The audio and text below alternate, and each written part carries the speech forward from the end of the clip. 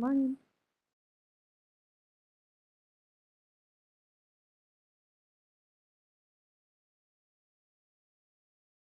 Morning, everyone. Good morning.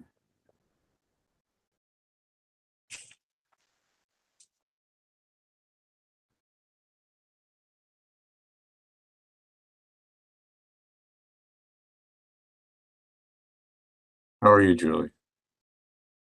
Good, thank you. Doing How well, are you? thank you.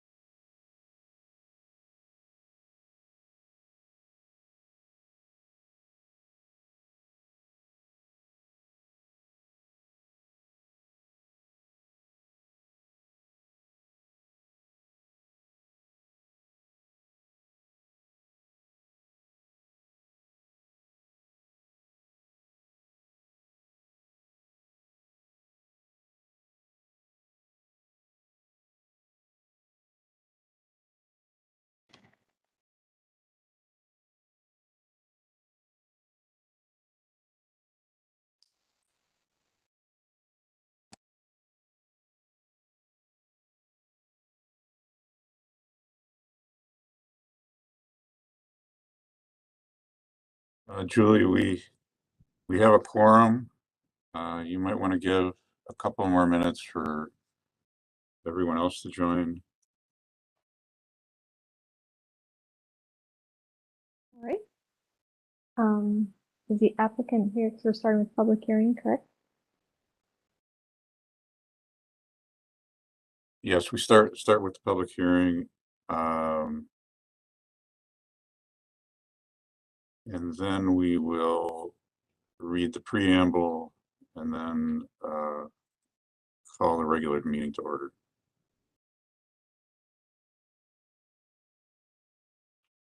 I'm sorry, Don.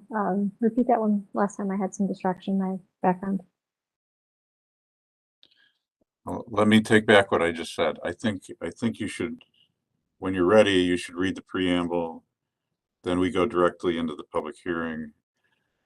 And after that, then we call the regular meeting to order. Okay, that's what I thought. I was wrong the first time.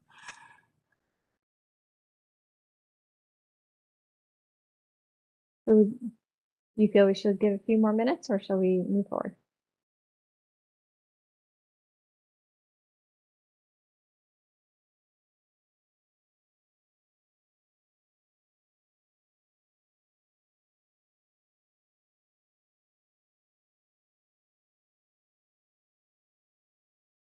We have 7 members present. I think you're ready to begin whenever you're ready. All right. Then we'd like to welcome everyone to the July 28th Landmarks Commission meeting. In compliance with notification requirements of Ohio Open Meeting Law and Section 101.021 of the Codified Ordinances of Cleveland, Ohio, 1976, notice of this meeting has been publicly posted. All boards and commissions under the purview of the City Planning Department conducts its meetings according to Robert's Rule of Order. Actions during the meeting will be taken by voice vote. Abstentions from any vote due to a conflict of interest should be stated for a record prior to taking any vote. In order to ensure that everyone participating in the meeting has the opportunity to be heard, we ask that you use the raised hand feature before asking a question or making a comment. The raised hand feature can be found in the participants panel on the desktop and mobile versions and activated by clicking the hand icon. Please wait for the chair to facilitator to recognize you, and be sure to select unmute and announce yourself before you speak. When finished speaking, please lower your hand by clicking the raised hand icon again and muting your mic. We will also be utilizing the chat feature to communicate with participants. The chat feature can be activated by clicking the chat button located on the bottom of the WebEx screen. Call-in users can unmute by using *6. All meeting activities are being recorded via the WebEx platform. These proceedings are also being live streamed via YouTube. All requests to speak on a particular matter via our website and email have been considered. We have also received emails from those who have provided written comment on a particular matter. We'd like to call the July 28th public hearing to order. Hand it over to staff to review the nomination.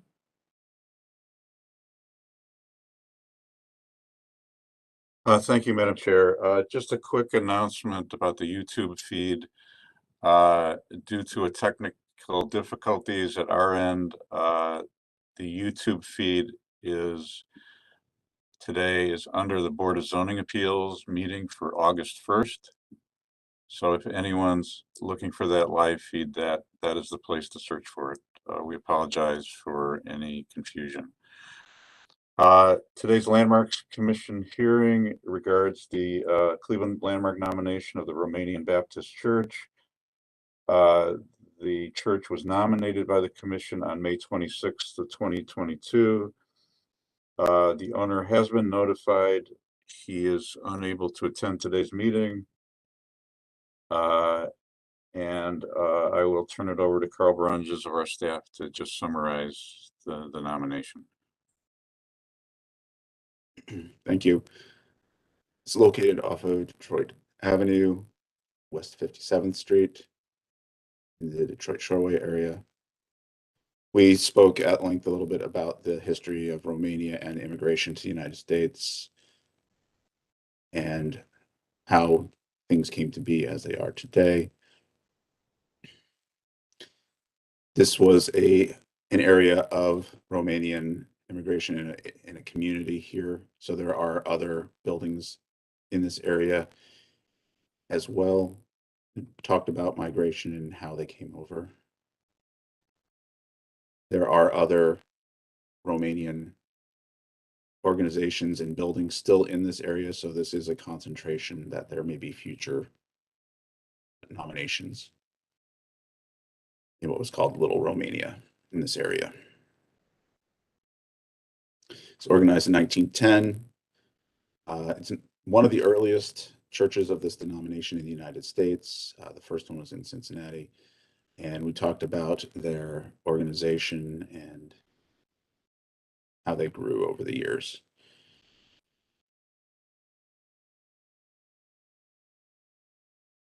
The architect was John H. Graham, who was a architect for Cleveland. He has a number of buildings in the area, including the Film Exchange building, which is also a designated Cleveland landmark. And then we continued on the history and the importance. The new pastor, who was called Reverend Danila Pascu, who he was unable to return to Romania during the war, and he became the pastor and was there for many years, 35 years. His wife and 2 children arrived a couple of years later. He was important to immigration and immigration reform, to make sure that family integration was a top priority. We talked about the history of Romania during World War II. It was interesting, and it was there when they switched and originally aligned with Nazi Germany, and then switching in the middle of the war, which helped the Allies and shorten the war.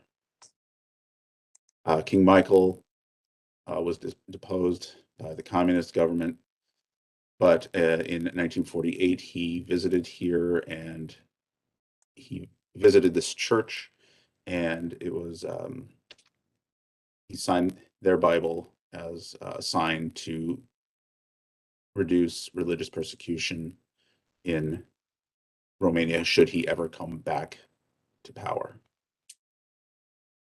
The church congregation grew and stayed in the area quite a while, but in 1989 they purchased property in Parma and moved and began at their new facility in 1990. The building meets the criteria for landmark designation: age, integrity, and significance. Looks like. And then we identified that it has at least 7 of our 10 criteria that it meets, and it may meet that that it could be on the National Register as well. We just need to do an NRQ for that as well. And thank the research assistants from those who participated. Thank you. Thank you. Just want to remind everyone that no action will be taken at this meeting. All action will be under a regular meeting of the commission. But we'd like to open the floor to and ask for if there's anyone to speak on behalf of the nomination.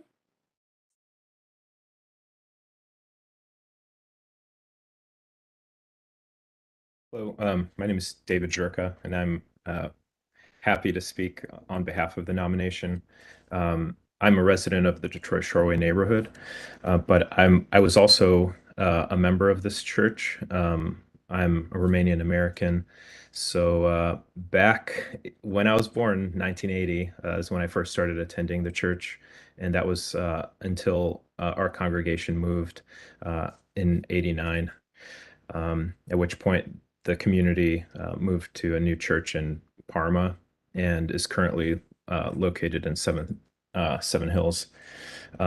So I know many of the experiences and historic moments that were described today and then the previous meeting are ones, some of which I remember, but others which my father remembers very well and still speaks about today. And there's a significant number of Romanian Americans that attended this church that still live in the Cleveland area, and a smaller subset of us have moved back. And I currently live on Franklin, so just basically around the corner from the church, along with my sister and her kids. So some folks have started to come back to the neighborhood that they remember when they were growing up. But I just wanted to participate today and again share my support of the nomination. Thank you.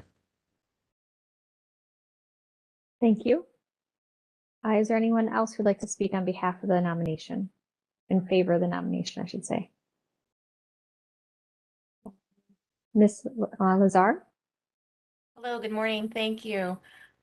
Speaking on behalf of Councilmember Jenny Spencer and the Ward 15 Council Office, we are incredibly pleased to see this advancement of this nomination. And, you know, oddly enough, since the last hearing, I have spoken to a handful of other Romanians within the community. So it's a very strong, vibrant fabric, and this building certainly contributes to that. And it's not just the structure itself, but the history and what it stands for, what has taken place there by King Michael. You know, it's a wonderful asset within the community. So thank you for all of your hard work. And unlike David, I'm going to leave out my birth year because it is not in that decade. So we'll just move on. Thank you. Is there anyone else who'd like to speak on in favor of the nomination?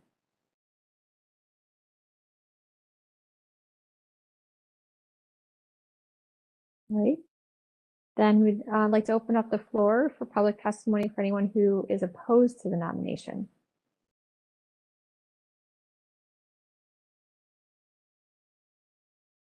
Mr. Pettit? Thank you, Madam Chair. Unless there's someone who's opposed, I just wanted to report for the record that the owner of the building did contact us this week. He is unable to attend today's meeting. He is not sure if he wants to proceed with the designation. I indicated to him that he can still send us comments and questions since we're not taking action today on the designation. So we don't have a firm response from the ownership yet. I also want to indicate that the notice of this public hearing was published in the Plain Dealer. Thank you. Thank you. We'll ask one more time if there's anyone here who would like to speak who is opposed to the nomination. All right, then we will adjourn the public hearing and move to our standard meeting. I'd like to call the July 28th Landmarks Commission meeting to order. Mr. Pettit, please call roll. Ms. Anderson, Here. Mr. Bonezzi, Here. Mr. Kalikia, Mr. Dreyer, Here. Mr. Edmond, Here. Director Wong, Here. Mr. Strickland, Here. Mr. Tarasik, Here. Ms. Trott. Here. Thank you, Madam Chair. We have a quorum. Also in attendance today is Kevin Roberts from the Department of Law, Emily Spezia Schwiff from our staff, and Carl Brunges is hosting the meeting. Two notes about the agenda today. Case numbers 22058, Ohio City Historic District, 1424 West 48th Street, was removed from the agenda at the request of the applicant, as well as case 22057 Magnolia Wade Park, 11101 Magnolia Drive. Both of those items were taken off the agenda at the owner's request. Madam Chair, we have a quorum. Excellent. We'll begin with our certificates of appropriateness. We'd like to call our first applicant forward to please state your name for our records and tell us about your project. It is located at 417 Prospect Avenue and 2077 East 4th Street, Public Art. Good morning, commission members. My name is Stami Paul. I'm with Graffiti Heart, a nonprofit arts and education organization. Wanted to present to you a project that we're bringing to Cleveland in August, between the 10th and the 13th of August. Blek Lorette, who is an artist from France. You can go on to the next slide, please. For this project, we have gained support from the business owners, and we will be presenting two of the locations where Blek Lorette will be installing two of his pieces. The project is paid for by Graffiti Heart with the exception of our stencil graffiti workshop for the youth that will happen on Saturday, the 13th of August, which is supported by a CAC grant. So we're excited about that. The installations for Black Lorette will take place, as I mentioned, on the 11th through the 13th of August. Go on to the next slide, please. Black Lorette is a renowned international artist. He is a French graffiti stencil artist and one of the, I would say, fathers. They refer to him as the father of stencil graffiti, but he is one of the legends and pioneers of stencil graffiti. And he started his practice in 1981, but he did visit the United States and got influenced by graffiti in New York in the 70s. He was going to come to Cleveland in April of 2020, but then the pandemic hit, so he's making his way now this year in 2022. Next slide, please. So we're going to talk about the first two on this slide. We're actually doing 4 pieces, not in Tremont, but the first 2 and the last 2. So we're going to talk about the first 2, the one on Prospect and the one on East 4th. So you can go into the next slide, please. So the first on Prospect is along the side of the Red Steakhouse establishment. It's the wall there. There's no more graffiti on this slide or on this canvas. We're going to have Black do one of his pieces. Next slide, which will be the Ballerina. One of his pieces. He does typically stencil depictions of writers, poets, musicians, dancers. And so this is one of the pieces that he was referencing for that wall. You can go on to the next slide and see what that concept could look like. There's no color. He does pieces on canvas, but those are his gallery pieces. So when he does street art, it's typically black, sometimes black and white. And so it would really be this, this schematic here. Then the next slide, the second piece will be on East 4th along Blue Agave, and there's a narrow piece. Here we'll probably put, we talked about not covering the sandstone, but keeping it on the brick. So you go to the next slide. This will be the first time he actually does this piece on a public art installation. It's the Ball Player, so it's one of his newer pieces. This depiction here is actually on one of his gallery canvases, but the next slide you'll see what that may look like. Again, it won't be on the stone, it will be on the brick. And it will be in black and white, no color.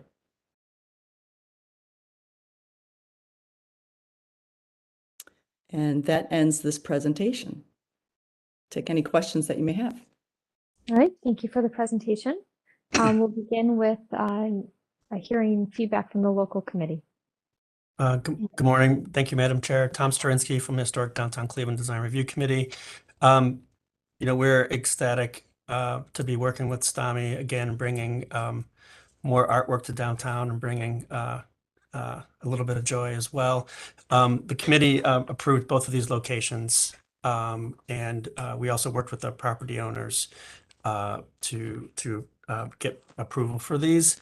One clarification on this one, technically, this is the alley that's the entrance for Blue Agave, but technically speaking, it's on the Sincere building. But doesn't change anything, just a factual notation. So we're all in favor of this. Thank you. Thank you. Then I'd like to hear from Ms. Petrus from Cleveland Public Arts or City Public Arts. Good morning. Thank you. I wanted to add regarding, thank you, Tom, for those comments. I was going to bring that up.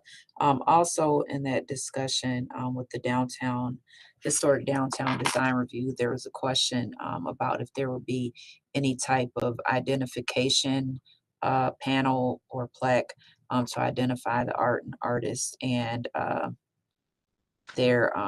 they wanted to know about protective coating, which I believe that was going to be included.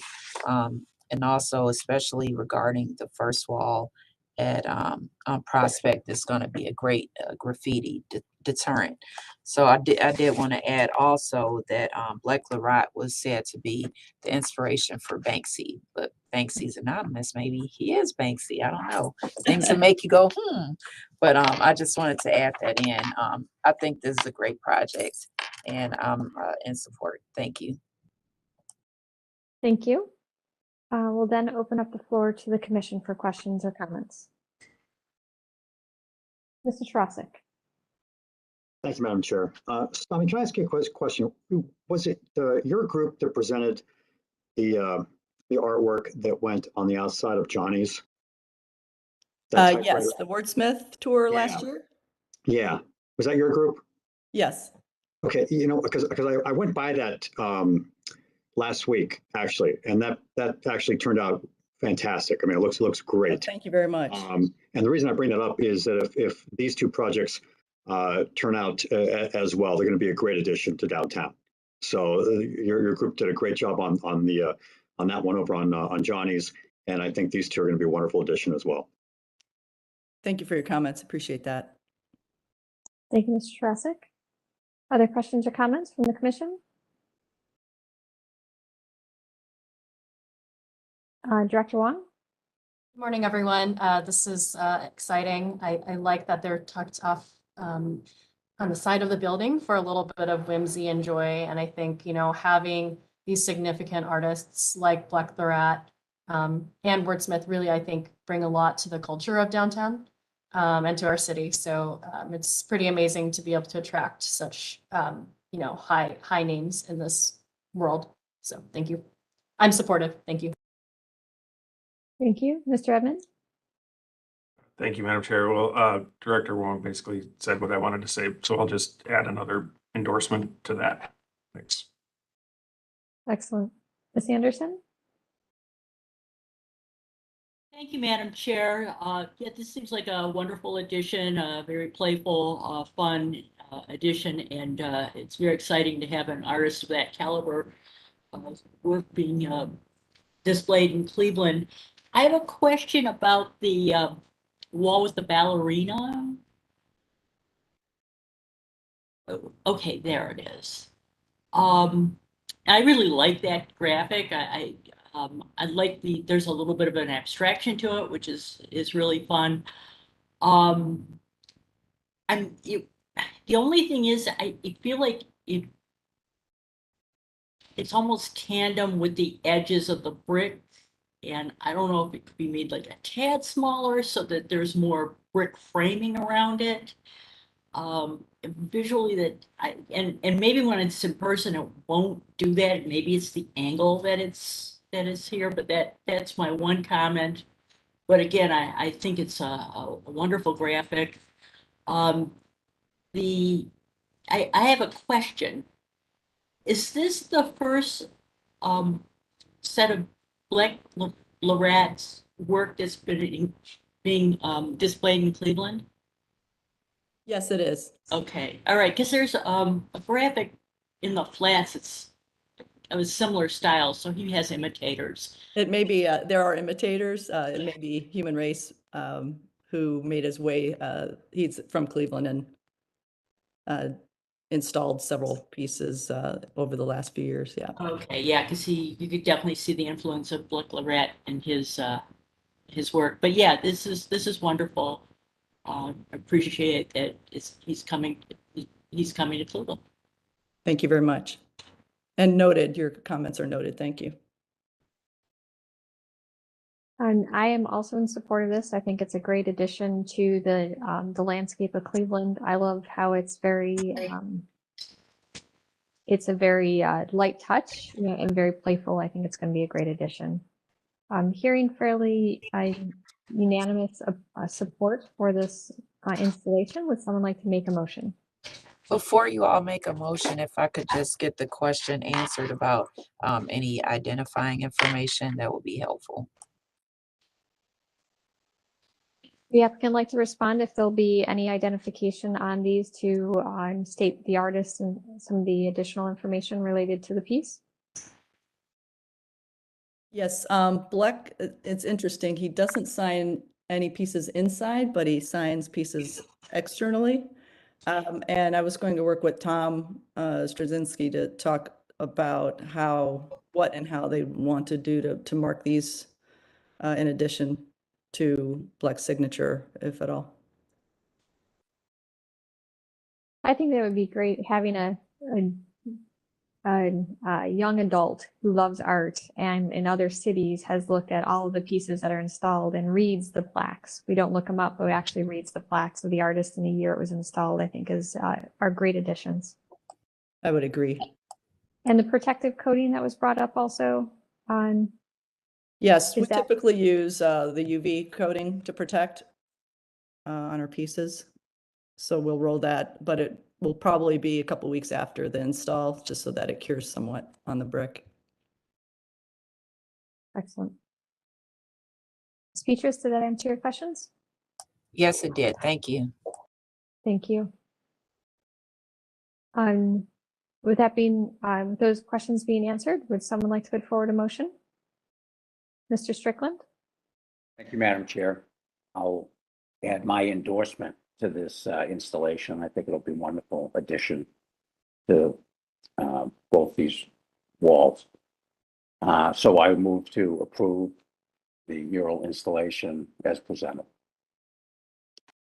Would you like to add the recommendation to that for providing some identification and a protective coating? Yes. All right, thank you for that motion. Do we have a second? Mr. Tarasik? Madam Chair, I'll second. Thank you. Any further discussion? No? Madam Chair, I just wanted some clarification that we are going to approve this on the brick surfaces only. That was brought up by the local committee. I just want to confirm that. And I think the presenter Yes. reiterated that it would be on the brick, so approved as presented. Yep, well. So with the To be understanding. clear, excuse me, Madam Chair, to be clear, the committee asked the question, but I mean, in my opinion, it's the artist artwork, and I think we would be okay with anything the artist felt was the appropriate way to display the stencil art.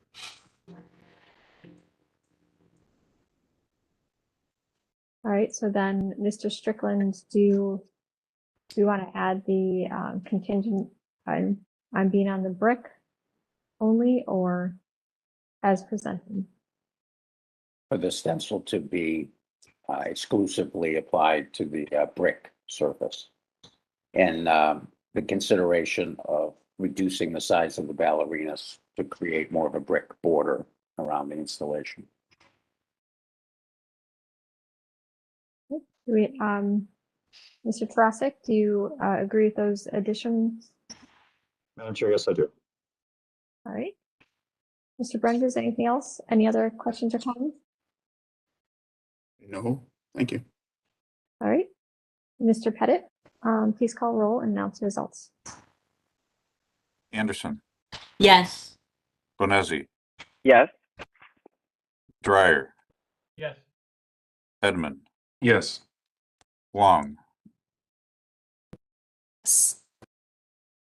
Strickland, Yes. Tarasik, Yes. Trot. Yes. Madam Chair, the motion passes unanimously. Excellent. We look forward to the installations. What is the Thank you. timing of the installations? Between the 11th and the 13th, and I think we're probably going to start these two on the 11th. Excellent. Well, thank you. Thank you, everyone, for your support. We'll move on to our second applicant located at 1940 East 6th Street, renovation for hotel and retail. Mr. Brunches, do you have something to say before the applicant starts, or is just your hand up? Nope, I'm good. Thank you. Okay, thanks. We'd like to welcome the applicant. Please announce yourself and tell us about your project. Good morning. I am Paul Sandro. I'm a partner with Hartswood and Plunkard Architecture in Chicago. We're coming back for a second review on the Fidelity building. We've provided with you a packet of the development that we've gone through since we last met. So if we can start here on the first page, there's a lot of drawings in here. We'll probably skip over quite a few of them, but I'll kind of run through the ones that I think are pertinent for this meeting. The first page, the image up here, shows kind of the existing conditions around the building.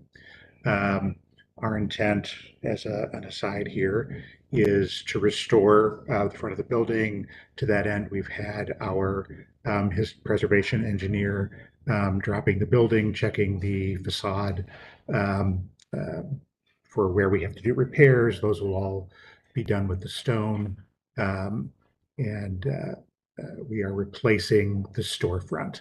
We're right now going through a survey of the windows on the building. A lot of those, they're kind of 1980s vintage replacement windows. So there may be a replacement program for those windows as we go through that. But if that happens, we'll run through, we'll come back and present the new window styles. But it's a very simple window, so replacing those windows with a historically appropriate window will not be a problem. Just kind of going through these photos across the top, the back alley view, there's an existing party wall against the driveway into the parking garage, which is that middle view. We will be covering all of that old party wall with some sort of a panelized system just to cover it and flash it over, make sure that we're watertight in that wall. We will be cleaning the image on the right is the alley to the back for our building. The bumper that's on the wall, which is that kind of metal piece a little bit above the ground. Just note that because we'll talk about that when we get to the lighting, the exterior lighting package. That bumper there exists. The alley is the middle row left. Obviously our front facade, the alley facade, and then kind of the historic image of the photo against an existing condition of the building. On to the next slide. So we're currently working with the city to integrate our building into the streetscape that's already been proposed for East 6th. That work is ongoing, but we're going to be integrating our plan again into that proposal. As that develops again, that'll be submitted for review. On to the next, you can skip the next slide and then go to the fourth image. This is our finished ground floor plan. As many of you, I think, know, this floor steps every 2 bays, about 16 inches down. What we wanted to do was create on the outside this feeling that it is a series of storefronts. So we've kind of grouped in those pairs, in those 2 bay pairs, an entry bay, a lobby lounge in the next 2 bays, a bar and restaurant in the next 2 bays, and then PDR spaces, private dining rooms, and a small gathering space in the next 2. And then we're providing all of our accessibility through the ramp running down the back of the lobby there. On to the next slide. We are also including a mezzanine bar. Most of these retail spaces originally had mezzanines. We've gotten rid of most of them to kind of reopen that height in the lobby, but we are keeping the mezzanine that was in the back. That'll be kind of a speakeasy bar. And then we're doing a little private room in that second bay from the right that comes out to the front. Next slide. Our second floor is our meeting room floor. So this will be dedicated to meetings. There's some kitchen and back of house space up there as well. To the next slide. And then this is our kind of typical floor. So this is the 4th floor through the 8th floor. And here you can see the bump out on the back Is it possible to zoom in a little bit here on the back? Unfortunately, it is not, No. but the Okay. commission members have that control of their own. Okay, so you can see where the column line is about 3 feet in from that back wall extension. We're peeling off the back facade, extending the facade out about 3 feet so that we can provide space to get all of these guest rooms in. And that extension exists from the second floor up through the 8th floor. And then the next slide should be our typical 9th and 10th floor. So that wall steps back into its original location. And then that last slide will be our 11th floor penthouse rooms. So the next slide, we can skip through all these floor plans, I think. These are just the architectural floor plans, and move on to the elevations. So I think the thing here to look at is the new storefront. We have been given guidance from SHPO to really kind of recreate the original storefront, which we've done, kind of paired them into groupings of 2, and then also restore that main architectural entrance at the south of the building, and then restore that storefront as well. So we're really kind of going with a very clean restoration of this building, not trying to be too outside the boundaries here. Next image. These are just images of the side, so we are filling in some windows, and we'll be doing those with the typical historic way where we will be keeping the sill and depressing the infill an inch or so to kind of retain the memory of that window. Next slide. Here you can see where the addition is. That is the area in gray, and that is pulled out. So we're keeping that chimney in relief so that that stays. That was one of the elements that SHPO wanted us to maintain. And then that addition is completely contained between the 2 stair towers that are sticking out of the back of the building. Whoops, go back for 1 second, I'm sorry. And then we're also doing an addition at grade, which is the kitchen addition. That's where the cook line is, and that's how we'll get our Ansel system out and up the building. Next slide. Just the other side. Keep going here. And then a view of that storefront. And we're also adding a very simple, clean glass canopy that'll align with the transom bar of the adjacent bay window. Next slide. So here are our materials. We're doing a brick to match on the back. We'll be restoring that surround at the roping that is around that entrance at the front entry that was removed in some previous addition. All of our windows will be a simple black window and clear glass for all of our windows. And that's really the whole material palette for the project, of anything that's new. Next slide. I think we can go past. This just kind of illustrates, yeah. So here are all of our window details. I won't belabor these. I'm assuming everybody's had a chance to review these, and then I can answer any questions if you have those.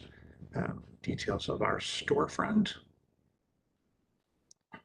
Can page through these as well. This is the one comment here where we're adding that second bay from the north, where we're adding that mezzanine level up against the storefront to show that we're holding that back from the window. Our window treatments will go up full height, and then that wall behind the window will be painted out, likely a soft gray, so that it looks like an interior unlit space. Next image. Again, this is kind of each bay as we go through. And then our main door and our canopy elevation in detail, showing that we're going to be restoring that original wood frame in that doorway.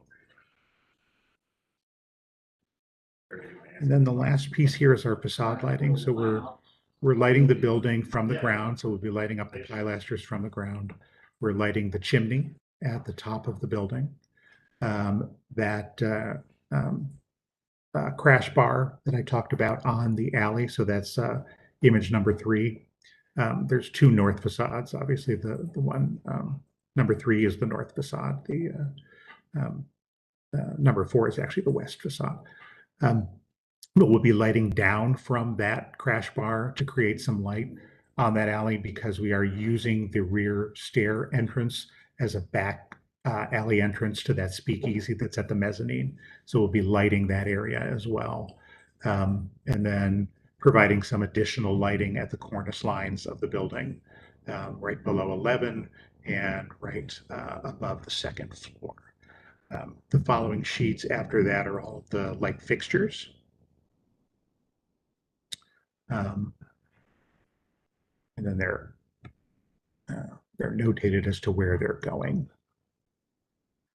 And that is the presentation.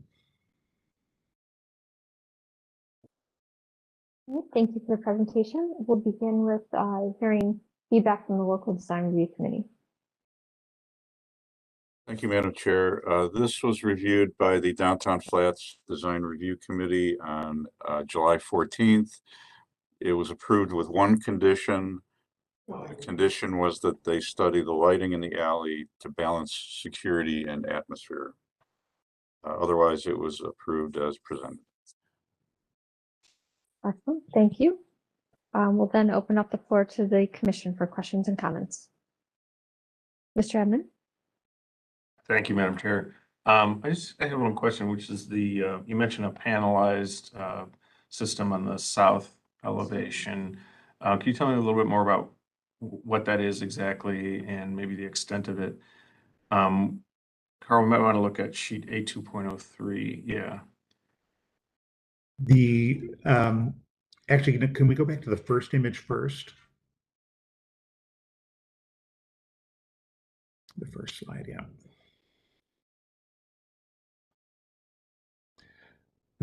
So there was a small building up against this building. And that's the top center photograph, right? Correct, top center photograph. There was a small building up against this building.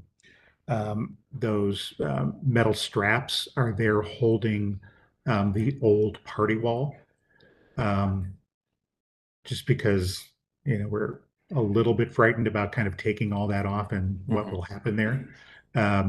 Our intent is to cover that, you know, put some stud work up from the return of the stone to the back of the wall, covering that whole scarred area, and then using some sort of a panel system. We're not exactly sure. We're working with our exterior restoration architect right now, whether that be some sort of a metallized panel or some sort of a fiber cement panel in a brick color, just to cover and seal that section of the wall. We don't have 100% details on it yet. It's in the process of being reviewed and designed right now. Okay, thank you. And then the extent will be that whole scarred area. So basically from the top of those metal straps in a straight line back all the way to the back of the building. And then above that concrete base. Thank you. Thank you, Mr. Edmond. Other questions or comments from the commission? Mr. Strickland? Thank you, Madam Chair. I was wondering if the applicant can describe, but do you have historical photos to reference with regard to reconstruction of the storefront? I'm sure if you made a application to SHPO, that they would dictate that the storefront be reconstructed to mimic the original storefront. I wanted to know what historical reference you had. So on this sheet, the bottom right image is a historic photo of the building. We also have a drawing that we received, I think, from Mr. Pettit, showing the original configuration of that facade. So we have pretty good record of what that facade was and what that storefront was. It's actually a very simple storefront. I mean, it's a tripartite division with a transom bar and a transom, and then the transom grows as you come to the north. So as the floor steps down, the transom grows, but that transom bar drops down, keeping the tripartite operable piece at the bottom the same height, essentially. And we did review this with SHPO. SHPO really pointed us towards keeping it very simple and very historically accurate. So that was why we took the direction we did. And then those details that are included on the sheets later in the set represent that kind of simple, clean storefront. There's not a lot of depth to the mullions. We have a simple knee wall, a metal knee wall at the bottom. And did you say that the entrance, the wood construction is the balance of the storefront wood, or what's the materiality of the storefront? No, the balance of the storefront will be an aluminum replacement. Only that main entry door will be wood, and that's pretty consistent with what it was before. It was a wooden entry piece originally, and then a steel storefront for the rest of the windows. Thank you very much. You're welcome. Thank you, Ms. Strickland. And you mentioned the existing windows will remain, or are you replacing the windows also? It looks like we're going to be replacing them. We don't have the finished survey of all of them. They're being surveyed for leaks and operability right now. But it looks like they will be replaced. What will they be replaced with? They'll be replaced with a historic aluminum window. It's a very simple 1/1 design, which is what the historic design was, with corner lugs.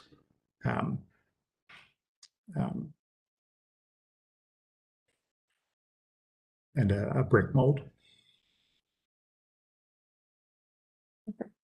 And while Carl's strolling through, sorry if I missed that. Thank you. That's helpful. And then this historic signage, the Baker and Company signage on the building, will that remain, or will that be removed or covered over? The Go sign, Yeah. we're trying to keep it. That is our plan, to keep it.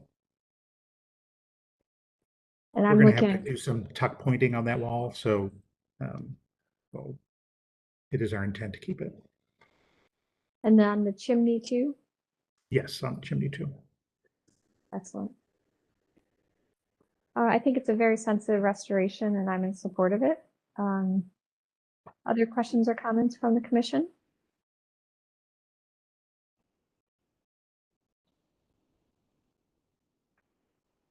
Not hearing any. Would like someone like to put forward a motion?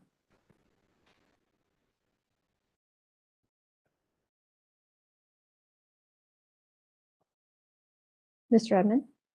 I move that the project be approved as presented. Thank you. Do we have a second? Second that. Thank you, Mr. Strickland. Any This is further Michelle discussion? Anderson. I just want to bring up that the local design review committee wanted balanced security lighting in the alley, balancing the security and the atmosphere in the alley, the lighting. So we might want to add that to our motion. Great point. Thank you, Ms. Anderson. Mr. Edmond, would you like to add that as an element that they need to, a recommendation or a requirement? As a recommendation, I'd like to add that. Right. Mr. Strickland, do you agree with that? Yeah, I would second that. All right. Any further discussion?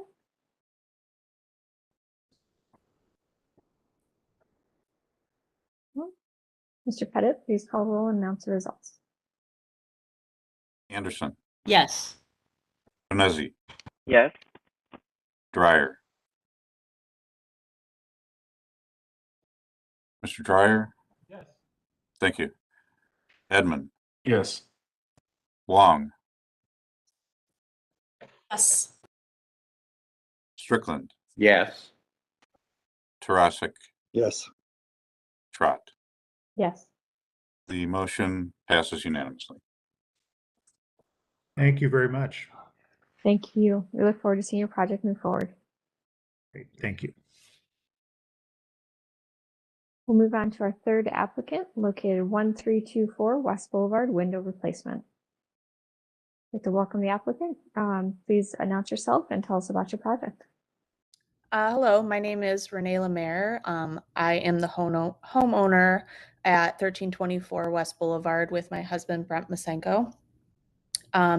We are looking to replace 7 original windows in our home that was built in 1912. If you want to go to the next slide.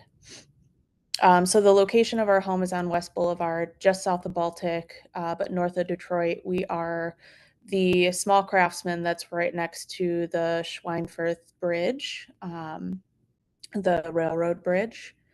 Next slide. This is the district map and where we are located.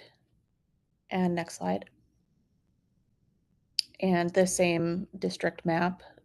Next slide. So this is the current condition of our windows that are still original in the house. The front window on the facade, the main middle window, is completely rotted out. The pane broke at the joint there. And so it's no longer in its current position right now. We don't have any window in there besides the storm window that is over the front of them.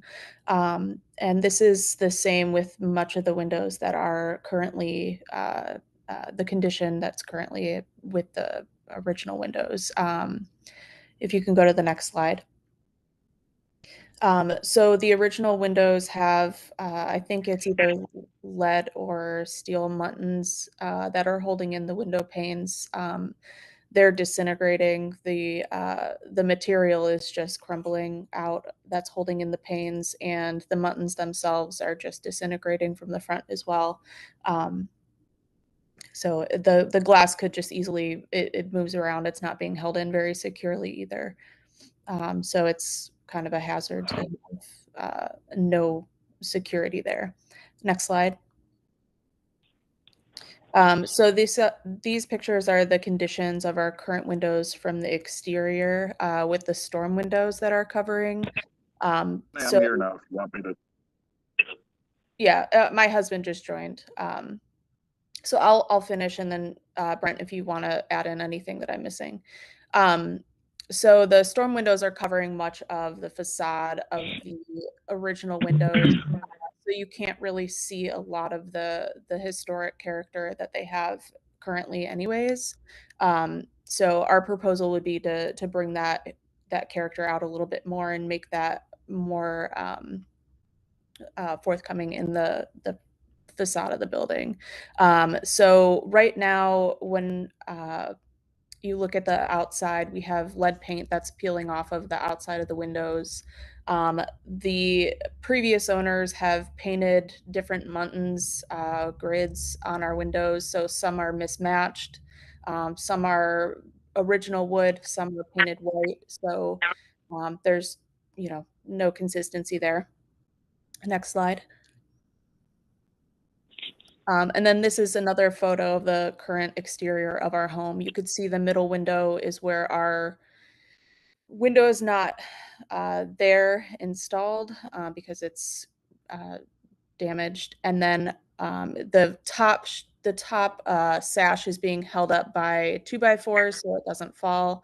The weights in the windows are non-functioning currently. They would need to be repaired if we were to use those again. So the top sash could easily just come crashing down without any support there. So for safety reasons, we've put the 2x4s in there just to hold it up. But currently we only have a storm window in that place of it. You can see the storm windows on either side of that main window as well, with the craftsman windows behind it. Next slide. So this is the earliest dated photo that we can find of our home. It's not the most ideal for looking at the windows or for the time frame, but this is from 1964. The original house, again, as a reminder, was built in 1912, but you can see the windows a little bit from the front. You can see this is without the storm windows, so the detailing is much more apparent. Next slide. And then these are some of our inspiration photos that we have, just to give an example of what we'd be looking to do with our windows in our home. We currently have vinyl windows throughout the rest of our home that are the Craftsman aesthetic as well. So they have the grids that were mimicking the original muntins that were in our windows. And then to complement the gray shaker siding, which is in these photos as well, just to give you an idea of what it would look like in our home with the coloring and everything. Next slide. So this is a before and after mock-up. The before picture is on the left. You could see the storm windows are not showing much of the Craftsman character. And then on the right would be a similar after photo of what the grids would look like and everything, and you'd be able to see those more predominantly from the exterior of the home. Next slide. So this is our research that we've done on the cost and maintenance for either repairing or replacing our windows. So we did our due diligence to find as many options as we could. There were very few contractors in the area that repair historic windows. This is one that I found, one that my husband found, and it was about $1,700 just to repair one sash on our window, which is the sash that you saw in the picture that's rotted out at the joint. So the cost to repair all of these windows would be really expensive, in the ballpark of at least $20,000 just at the base from what we were quoted. So, next slide. So we've researched several replacement options as well. We would personally like to move forward with a vinyl option. There was a company that we contacted in Lakewood called Window Universe. They're a local contractor, and they've worked with the historic district before. They've replaced vinyl windows that have been approved through landmarks on the east side. And they're familiar with the process as well. So there was another homeowner that was in the same position as us that had windows replaced, and they were approved for vinyl windows as well on the facade of their house. We also researched aluminum clad and fiberglass options, and we just feel that this is in respect with the value of our home, just not really reasonable for us to put this kind of money into our home in terms of resale value and appraisal value. I don't know if my husband would like to add anything to that. No, not yet. Okay, next slide. So these are the quotes that we received from the different companies. Composite windows, which would be from Renewal by Anderson, would be $19,000 currently with our quote that we have for replacement of just 7 windows in our home. The Craftsman vinyl from Pella. So these are a Craftsman option. I don't have their specific coloring options or material options included in this, but they are vinyl and there is detail there. But those from Pella would be $9,600 for the 7 windows that we have on the facade. Next slide. The aluminum clad is an option from Window Universe, which is the local company that we would like to use. The aluminum clad for the 7 windows is $16,298. And then we also received an aluminum clad proposal from Pella, which is $20,800. So those two aluminum clad options are what was suggested to us, but we just feel like that is a really just not realistic price for 7 windows in our home at a house that's appraised at, you know, low 120. So if I could go to the next slide. So these are the Craftsman vinyl windows that we are proposing to put in our home. The company is going to work with us to match the grids and the muttons that are currently on the Craftsman facade to make them match. So that way everything is the same as the original, just with that different vinyl material. Next slide. And then this is just more information on the windows from the manufacturer. Next slide. And then same as well for the windows that are in the front of the facade on either side of the main center window. They're narrow vertical windows, so they proposed either putting a slider there or some kind of it would have to be an in-swing window because of the way the window is currently, it swings in, but they don't make those. So the only option that we could really do is a slider window on those two sides. Next slide. Or a double hung. That's what Pella proposed. Okay, so Pella proposed doing just one window instead of the two opening inward, just one double hung slider up and down. Okay, and then these are the colors that we are planning to use. The exterior of the window would be white, and the interior of the window would be white as well.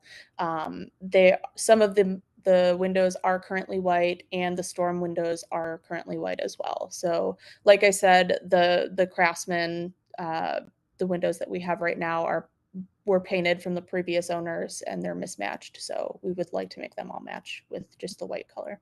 Next slide. This is just the energy efficiency. We haven't had a window in the front of our house for 2 months now because we've been waiting for this design process. And in that meantime, we have spent $500 a month on our energy bill because it's in the summer. And we would like to have this project done by the winter time because, as you can imagine, not having a window in the front of our home, the energy costs during the winter are going to be atrocious. So we would like to get this approved and done as soon as we can because there is a wait to be, with all contractors right now are extremely busy, and we would like to have this on their calendar as soon as we possibly can.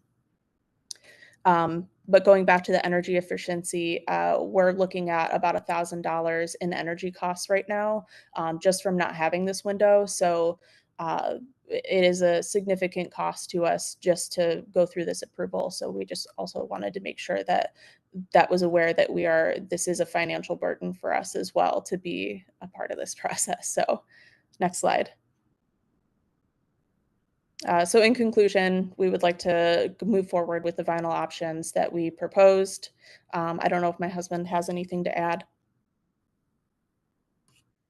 No, I think you pretty much covered it. The one thing I'll say is Pella wanted not one window opening. They actually wanted to do 2 small double hungs on each side and then a big double hung in the middle and then have all 3 match. So from the street, it looked all the same versus 2 different windows.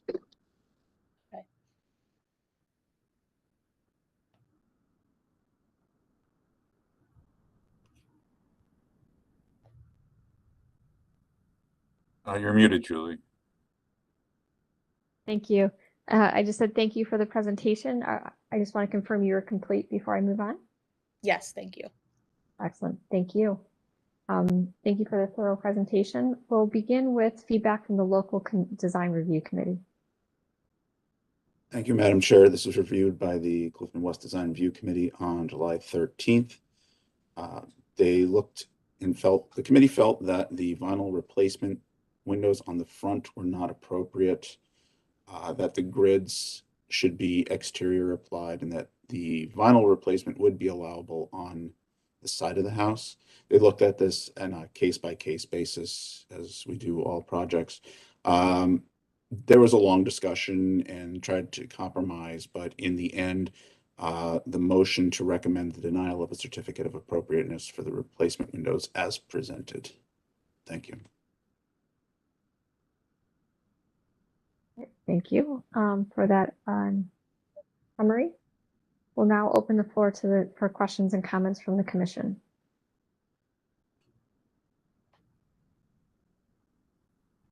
Who would like to start us off? Mr. Edmond. Thank you, Madam Chair. One simple question is, with the vinyl window system, is there an option for exterior applied muntins, or does it have to be internal light? That option they said is so expensive that we don't want to price on it. That's quote unquote from all three of them.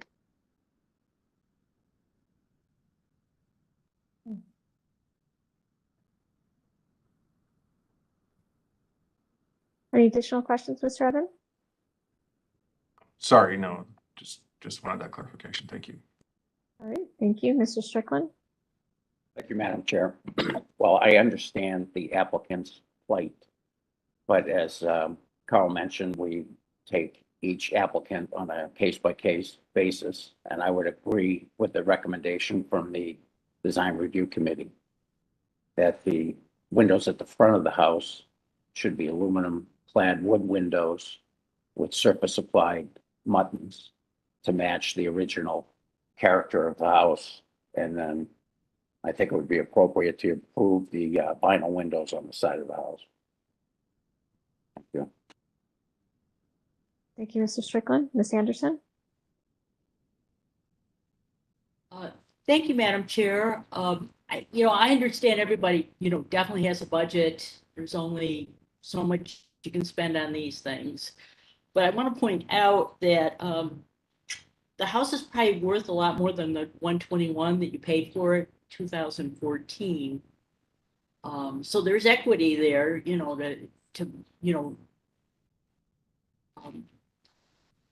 to warrant some investment in those windows. Sure. At the same time, I understand that it can get pretty crazy pretty fast. Yeah. But yeah, you do have some equity there. It's not like you're throwing money out the window. Of course. And, this house, what we've done with this house over the last 8 years is, it improved the value quite a bit. But, we want to make sure that we can do all the repairs necessary in our house. So not just the windows.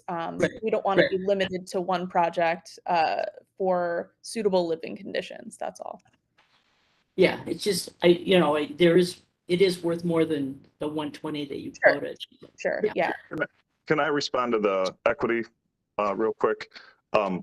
Whatever we bought or sold the house for 8 years ago has no indication of what actual equity is currently. We never told you what we own the house. We never came with a value. We might have a second mortgage on the house. We may have more than what you think. I will tell you from a monetary perspective, we do not have the money to do the windows that you are proposing. It's just feasible for us. I've worked over the numbers every possible way that we can. It's not possible. There's a precedent on the east side of the windows that were already approved on a similar home. We're just asking for the same approval that this committee has already given to somebody in a different neighborhood.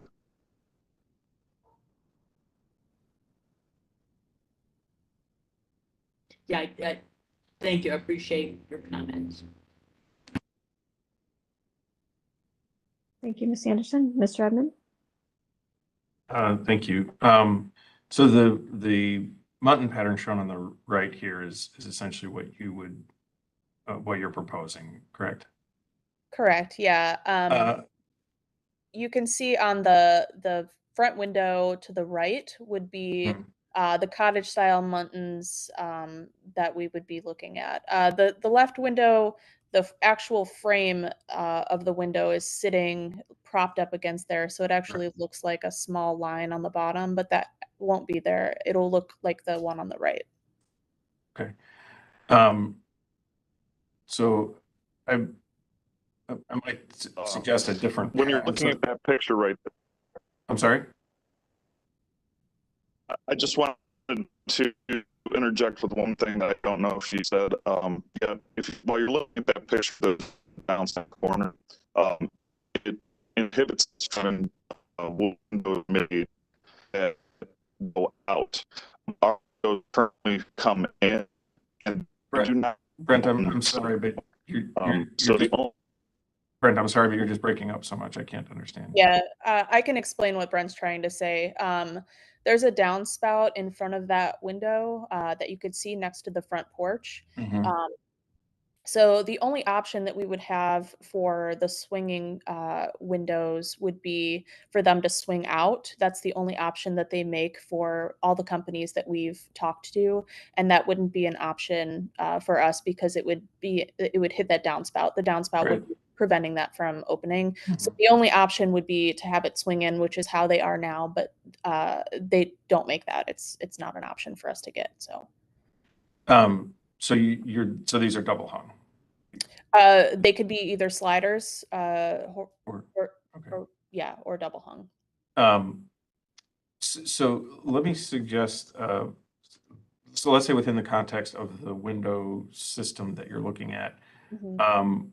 A slightly different Muntin pattern that I think might get it a little more kind of in the craftsman aesthetic. And Carl, if we could go back to the two side-by-side photographs.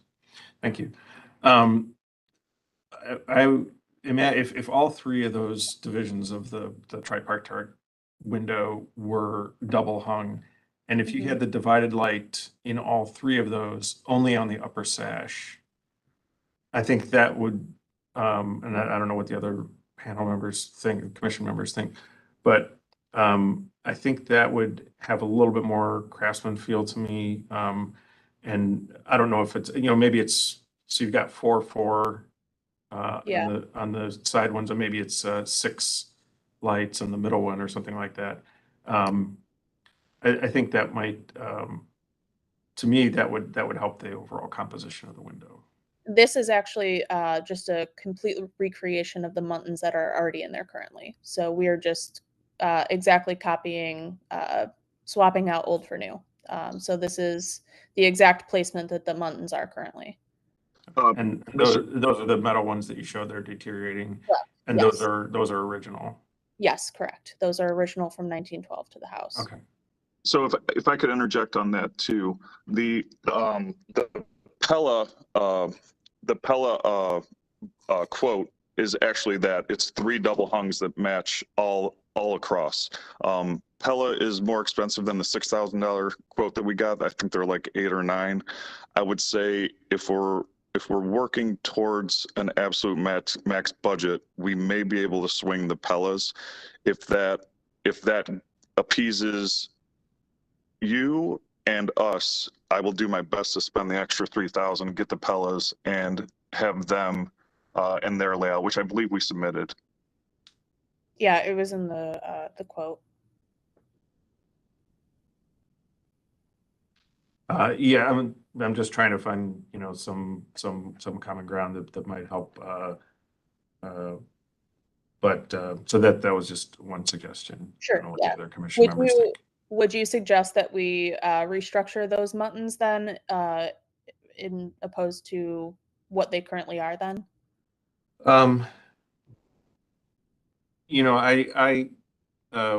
Realizing that that's a direct replacement of the original, maybe it's more appropriate to keep it the way it is. But Okay.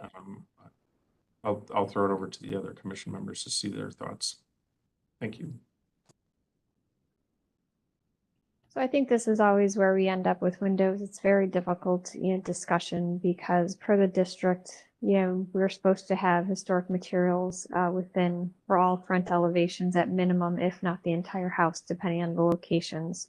And we often will compromise to try to, balance people's budgets because we do understand this is a very significant, investment for anyone. I'm personally struggling with the vinyl because of, I know this area very well.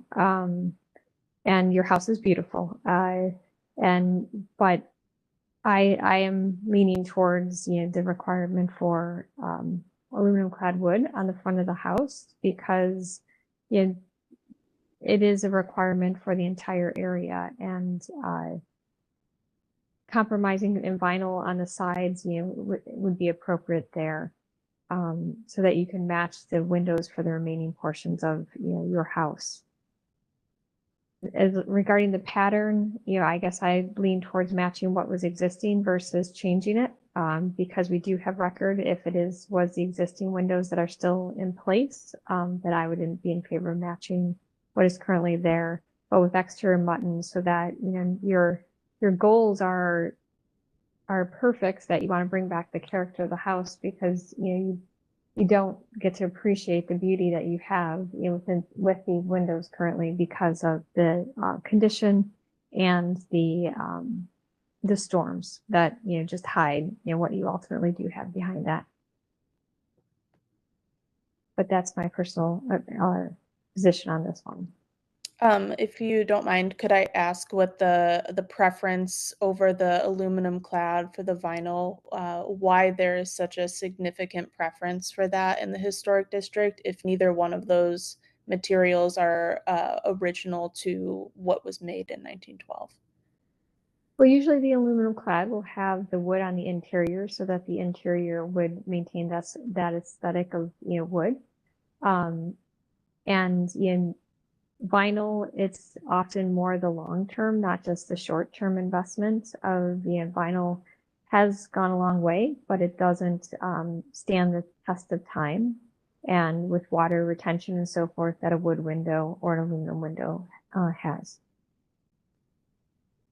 The more long-term investment in the facilities too, or the homes in your case. I believe when we talked to the manufacturers and the contractors, they told us some of the issues with wood aluminum clad windows is the temperature and the moisture getting in there and the swelling of the wood. So they steered us away from that direction actually because of the opposite of what you were saying. So I don't, I can only go by what we're told and what we're informed with. So. Even Pella told you that? I don't know. My husband was there for that one, so. It's a wood window. All wood's gonna swell. And vinyl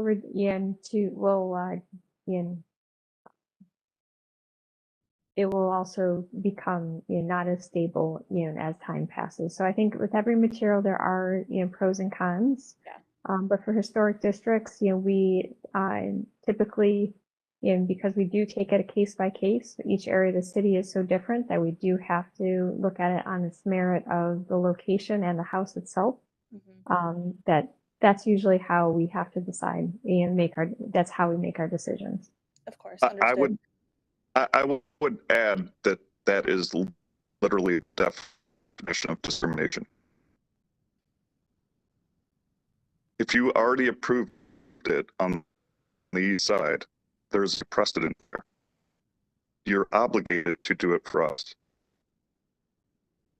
And I would like to add also that we do have homes on our street that are also in the historic district that are that were grandfathered in for vinyl windows as well. So there are vinyl windows on our street too with historic homes.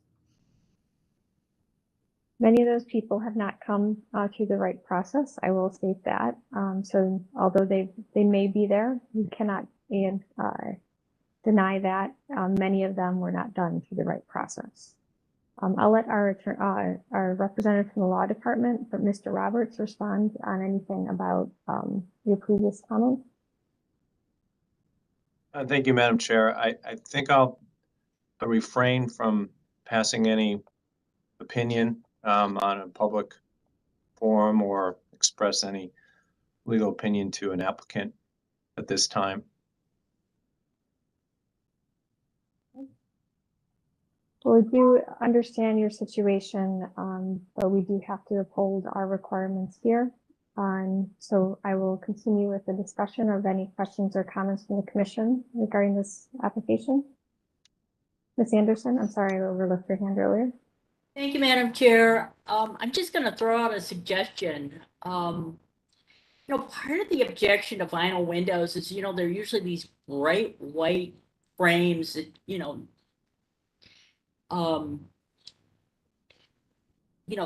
they tend to distract from the look of the house.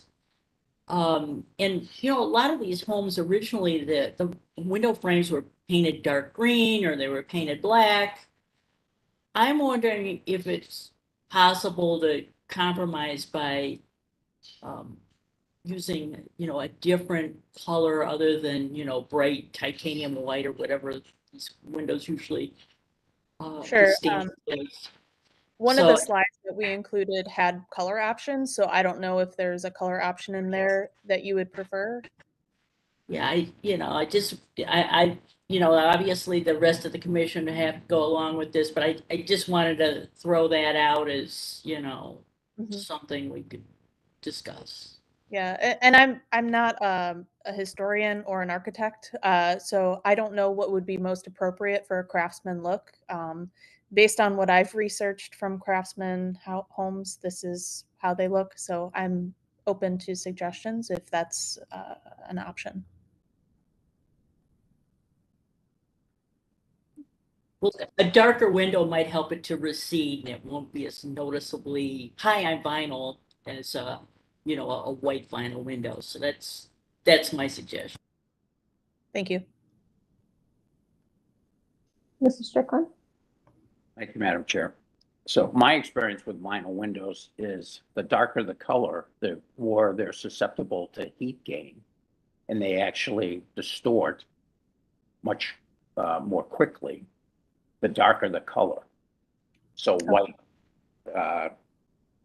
reflects the UV light, and they're more stable in the long run than a darker color. Okay. But I would encourage the applicant to go back to their various suppliers and investigate. I really think it's important that the windows include exterior applied muttons for the front of the house.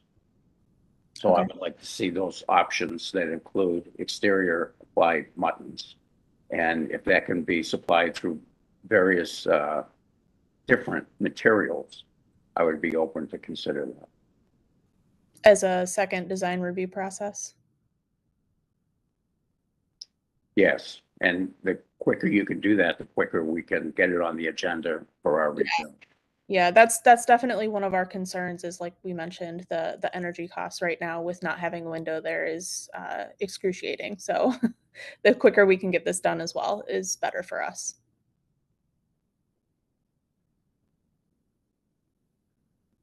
Mr. Brunges? Yes, Madam Chair. Our next meeting is going to be in 2 weeks, and if this got tabled here, the applicants would not have to go back to the local committee. They would come straight back here with any additional changes to their proposal, which would help them if they could get it, their research done and to us by next Thursday. We can put them on the agenda for the 11th. Okay. So that is an option here that, obviously you've heard the feedback from the commission and I have the feedback from the committee. The option is that we could table you today, allow you to do the research and come back in 2 weeks to present in your final options based on the feedback that you've received. You agree with being tabled or would you like us to move to vote? I thought Mr. Brunges described that differently. Well, we're giving you the option that, tabling will allow you to do your research and come back so that based on the research, you can hear that there's strong opinions on things like the exterior applied muttons. You could do your research and bring those back to us, and then we could review that and vote on that. Does that make sense? I'm just confused because Mr. Brunges said that if these options were approved, then we would just go back through them and get second approval through. That's what she's saying. No, I said that you need to do more research and come back here. It needs to be, there's two directions you can take here. The first is to be tabled so you can do the research, send us a new presentation with any additional research that you have done by next Thursday. Okay. Because it's being tabled here at the Landmarks Commission, it does not need to go back to the local committee. Okay. So it's still 2 weeks then. It's going to be 2 weeks either way, or if you decide that you do not want to have this table, because the Landmarks Commission has to have your permission to table this item. If you decide that you do not want to take that extra 2 weeks and that you want them to take action today, which could be either an approval or a denial, then you can also ask for that as well. But I think it's in the best interest to ask or approve tabling it at this time, so you can do the extra one to find more common ground and do that extra research and come back in 2 weeks for your final decision. Carl, I have a quick question. It's fine that we're going to have to wait 2 more weeks and table it. My concern is our energy costs. I've spent $1,000 in the last 2 months for my electric bill. Can I board up the window and insulate as a temporary measure? I would think that would be okay since it's a temporary measure, and we could. Okay, yeah. I have to go back to work, so I'm going to go, but I'm going to pick up a 4x8 sheet of plywood today, and I'll board up the window.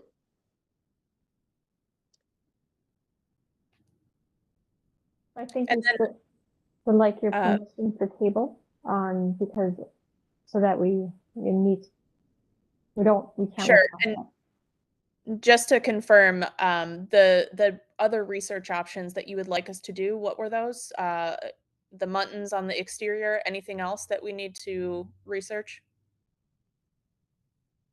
I think the things that were talked about today is exterior muntins were strongly advised with whatever material that you go forward with. You know, if there are other colors with the vinyl that could be considered to help them not appear as a typical vinyl window as possible.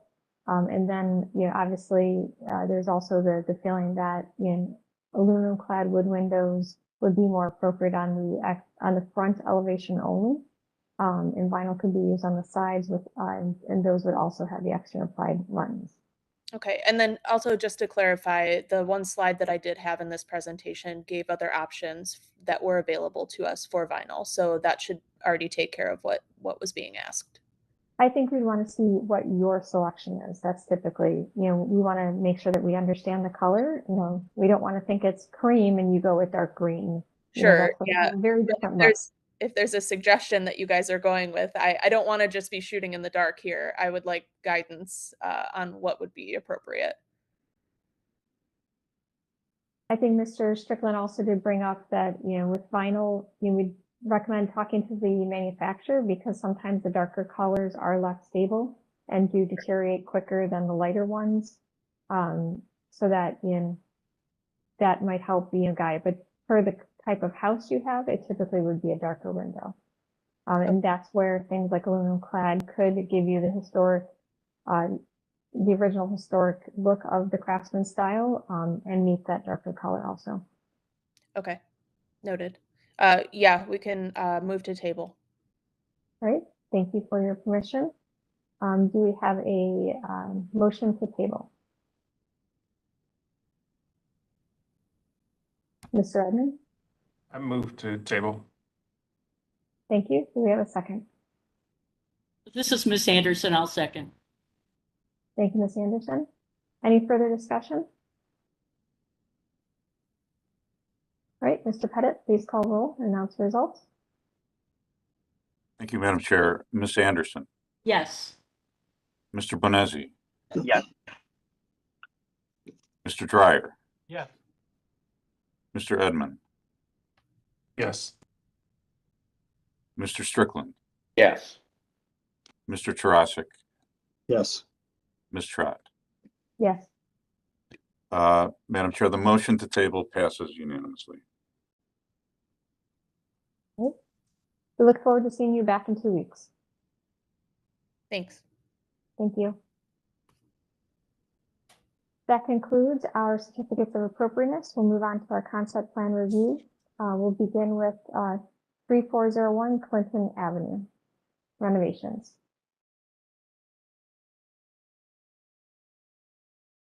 We'd like to welcome the applicant. You can open your mic, announce yourself, and tell us about your project. But before you start, Mr. Pettit.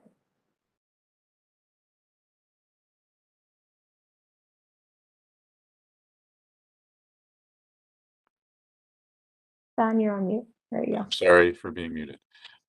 I think this project requires a little bit of introduction. It's on the agenda today as a concept plan.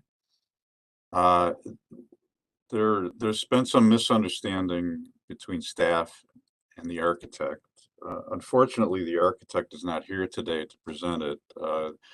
Mr. Avilas, who is the owner of the property, is going to make the presentation. It's the architect's feeling that he's satisfied all of the requirements of the design review committee.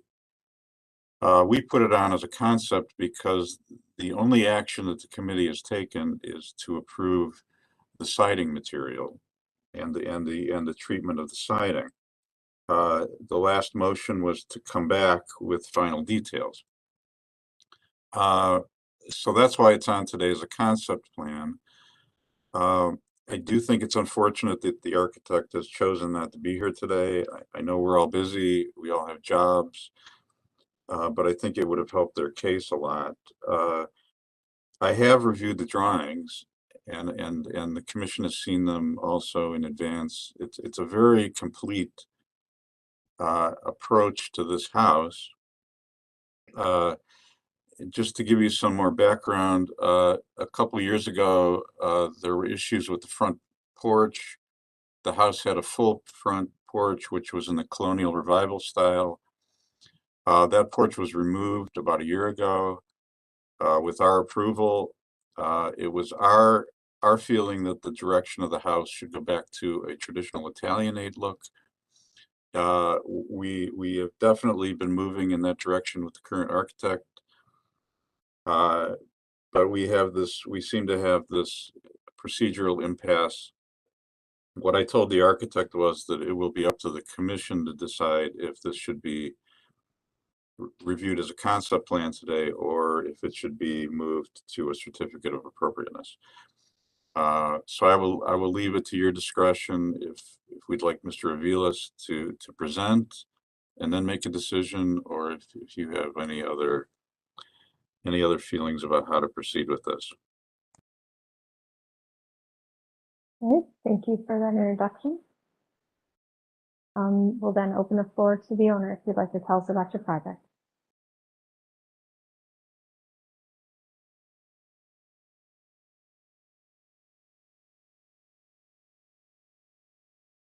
Mr. Avilas, you're unmuted if you are talking.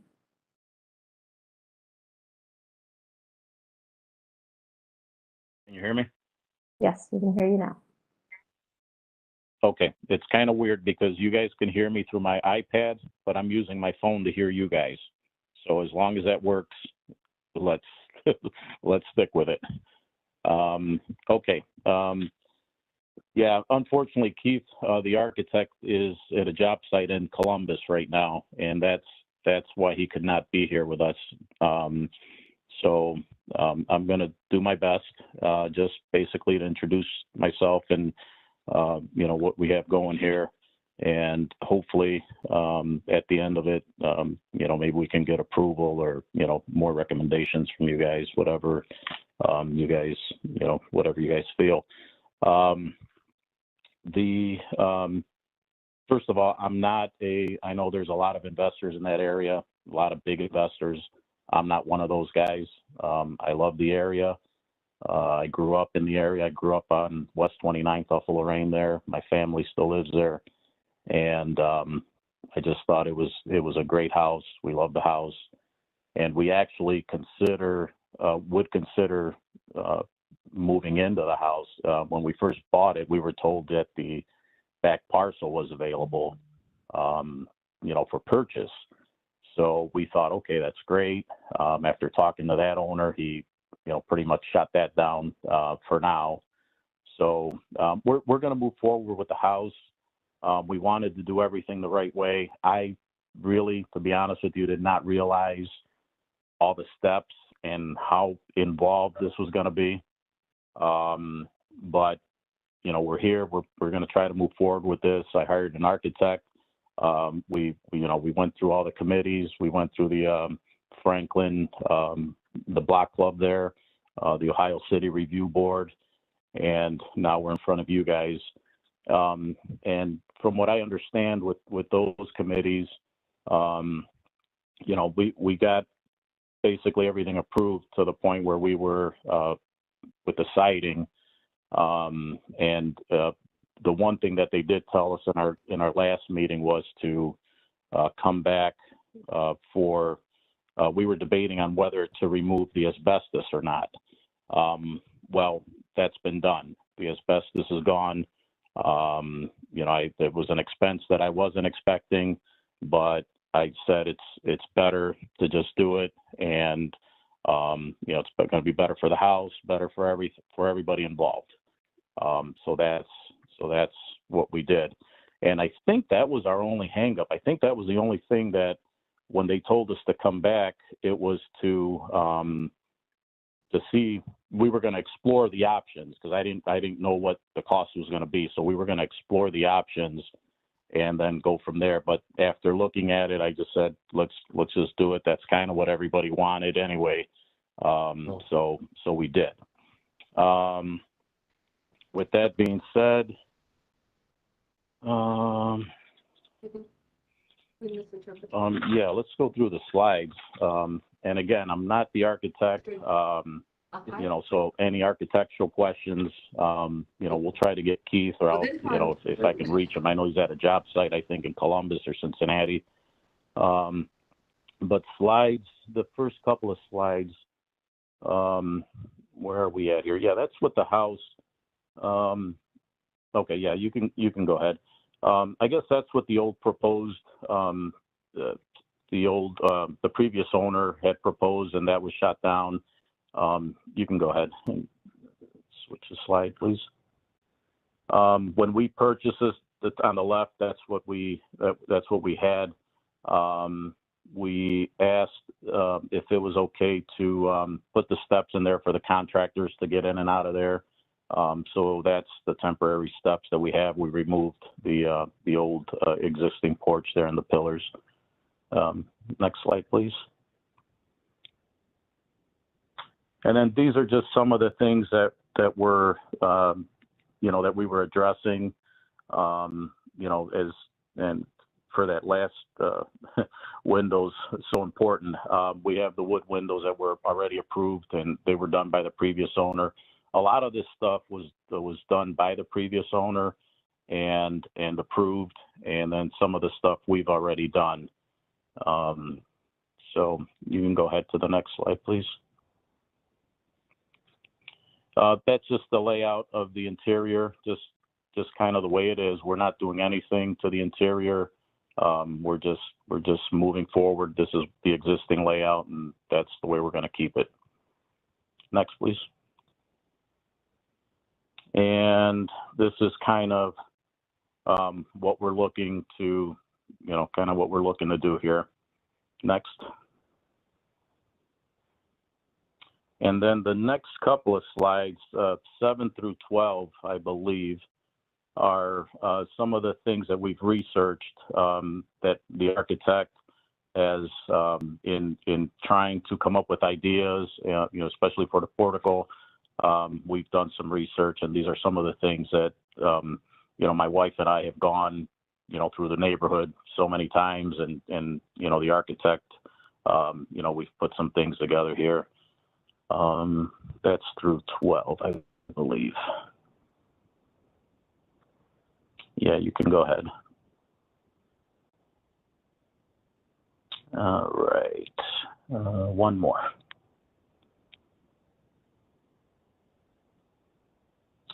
Okay, yeah, slides 13 through 15. We're going to show some pictures of the, and I guess this doesn't, it's really not important now because we did remove the asbestos. But at the time, just so you know why, because I know there was talk of going to the original the original wood lap siding that was on the house, and it's just in too bad of, condition. You can go through the next couple of slides and it'll show, yeah, it was just not in good condition. You can go ahead. And one more, please.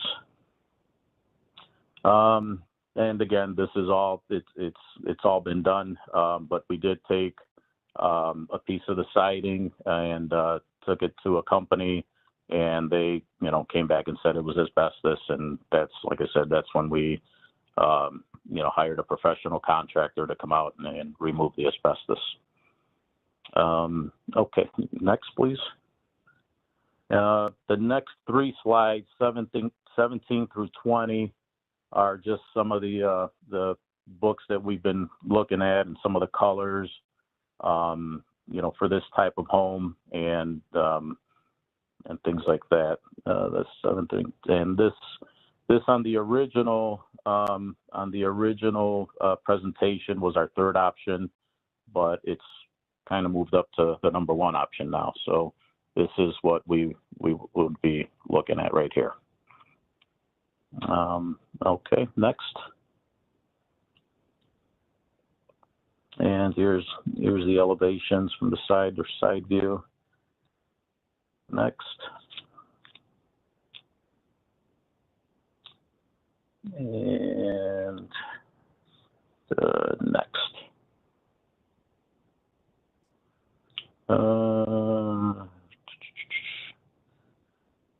Vertical dimensions. Okay, yeah, and the next couple of sites, 24 through 28, is just going to be them removing the asbestos, I believe. So you can go ahead and slag through those next couple. Yeah, that was just the company removing. You can go through to 29.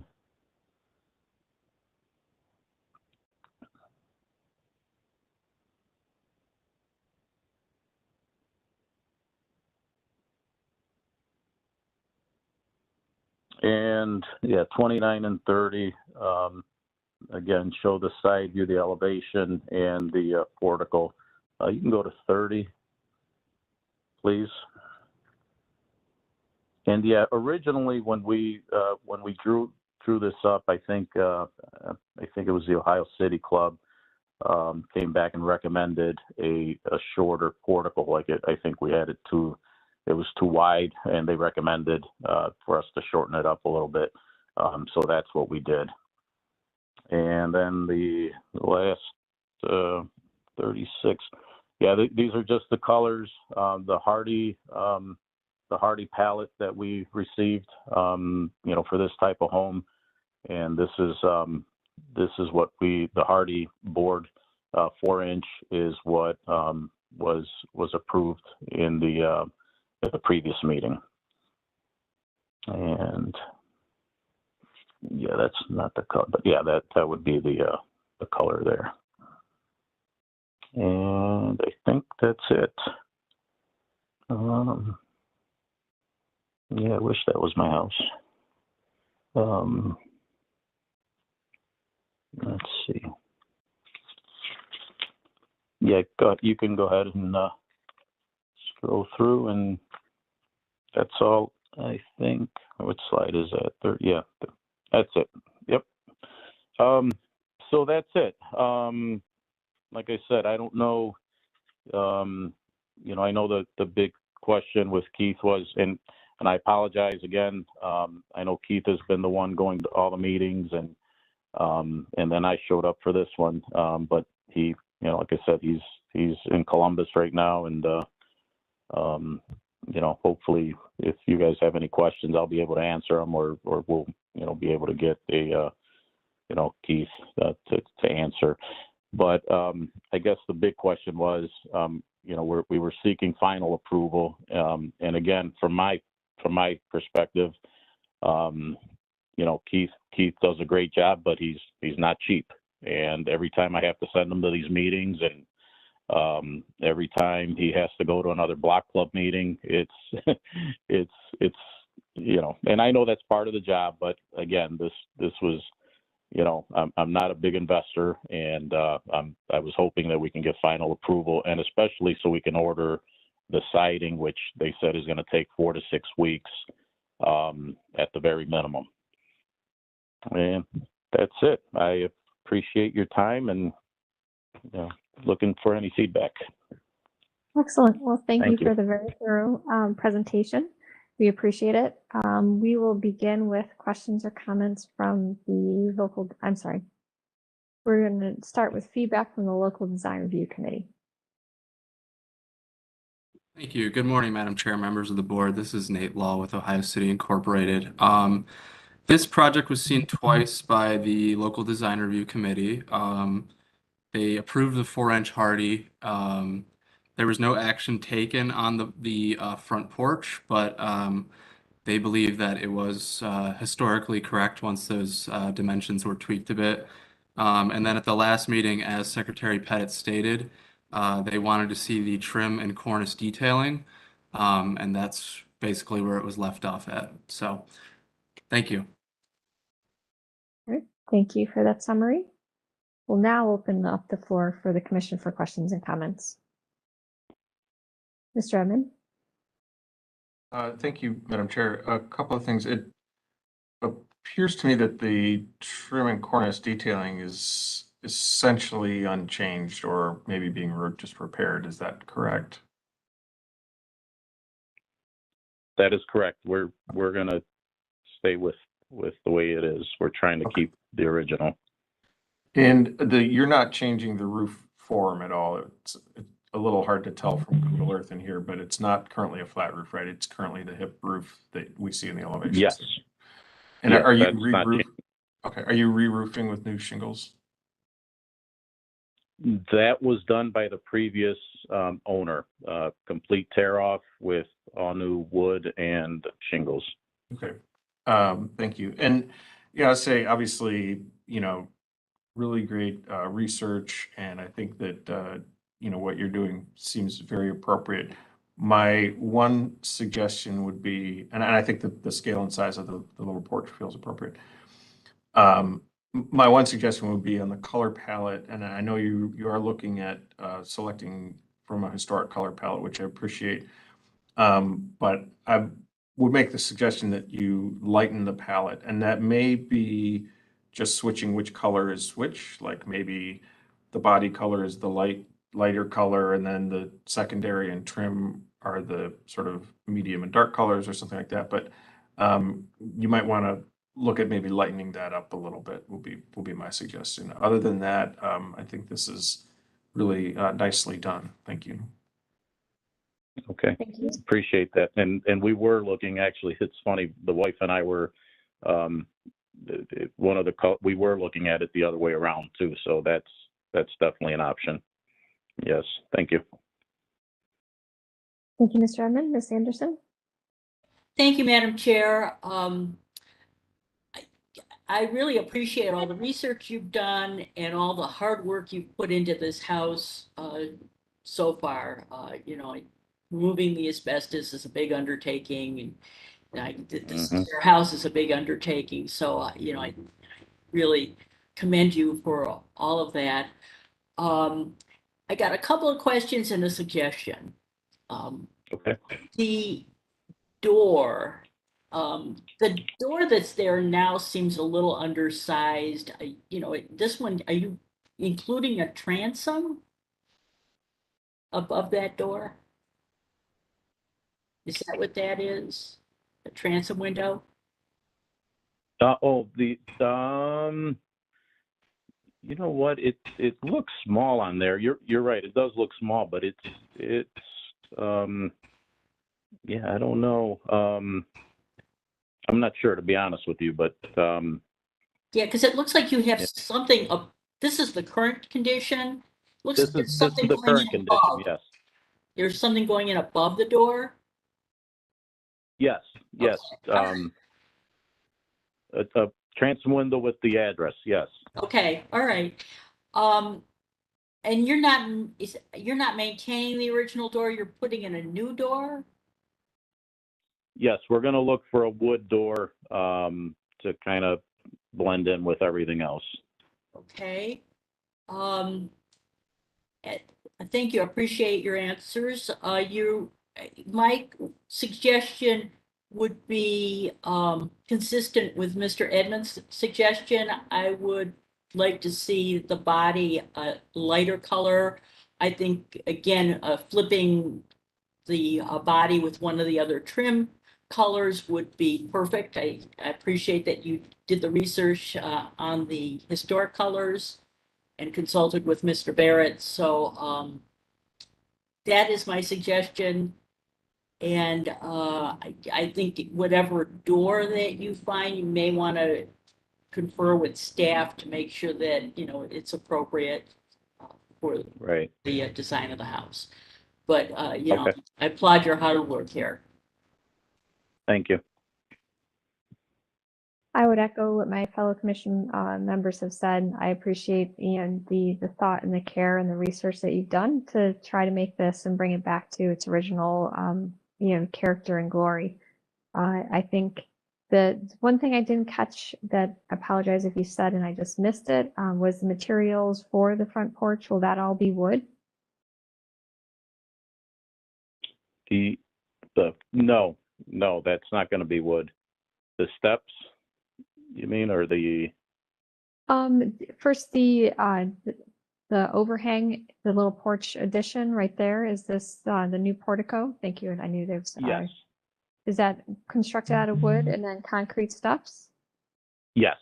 Yes. Okay. And wood columns also there? Yeah, we were actually trying to find in the home. There's still I don't know if it's the old columns that were there at one point. You know, we have some inside the house, and we're going to see if there's any way we can, you know, we're able to use those. But yes, it's going to be wood. Excellent. Excellent. I think it's with the updated dimensions, I think this is a great addition and fits well with the house. So I'm in support of the project. Thank you. Other questions or comments from the commission? We do have the opportunity to review this only on the concept level, or if someone feels that this is complete enough, we could make recommendation to move it to a certificate of appropriateness. Mr. Strickland? Thank you, Madam Chair. Yeah, that's exactly what I was going to suggest. I think that this is a very comprehensive presentation. We know in complete enough detail exactly what the applicant intends. And I would move to approve the project as presented with the basically reversing of the recommendation to reverse the color palette so that the body be the lighter color and the trim be a darker color.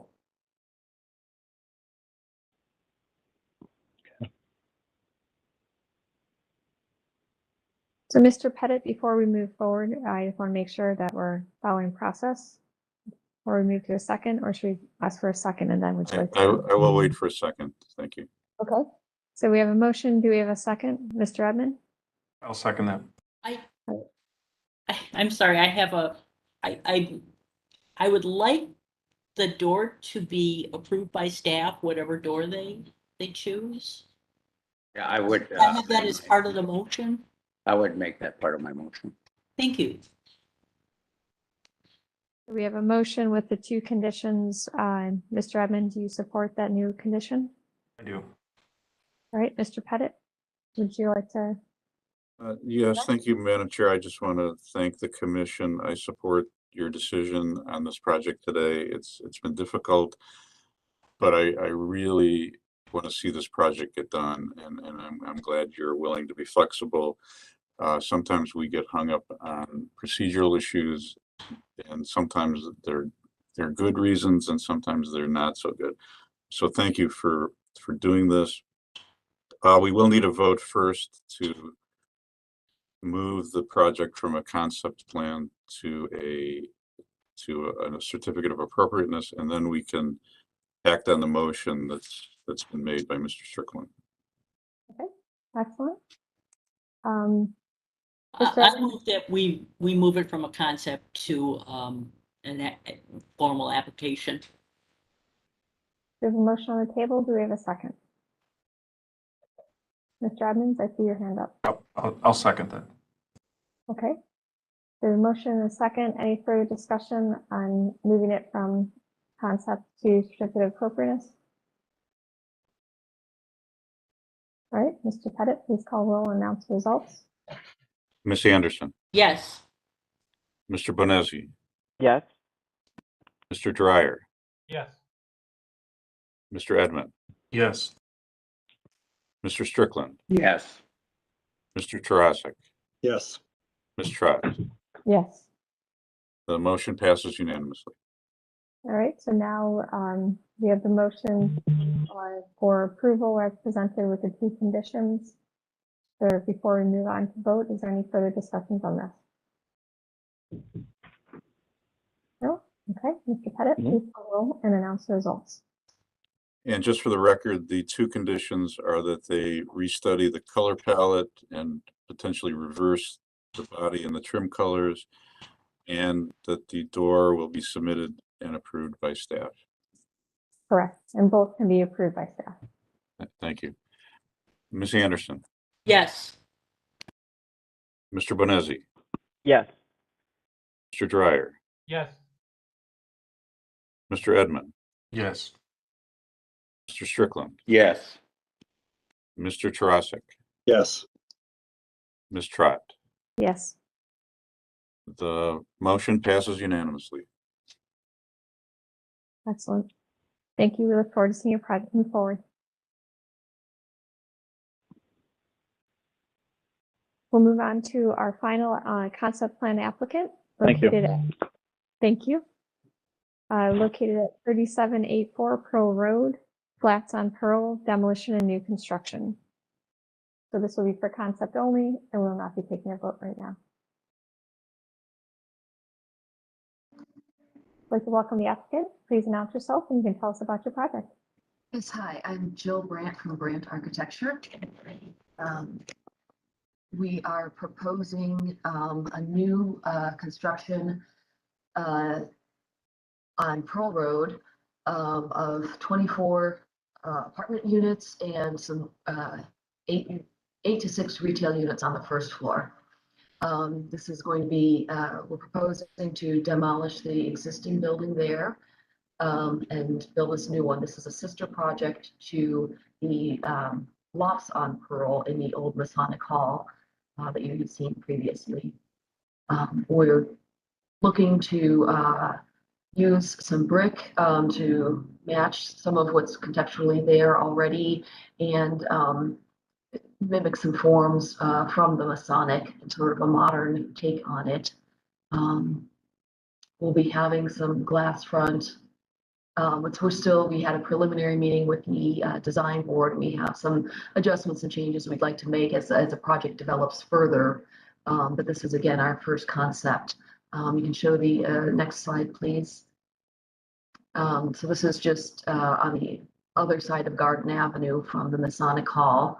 The Hickey building is on the corner. There is some discussion of the owner would love to be able to purchase that building and incorporate it into this project or compatible project as well. We'll have parking in the rear, again, sharing parking with the Masonic Lofts on Pearl. Next slide, please. This is a photo of the existing building that's on site. It is abandoned. I have no idea when it was last occupied. Next slide, please. That's again showing the aerial view site plan of our proposed project. Next slide, please. This is again the first floor where we'll have some retail area. Again, there may be some flexibility on the number of storefronts, potentially depending on the tenant's spaces, but we would like to have in the range of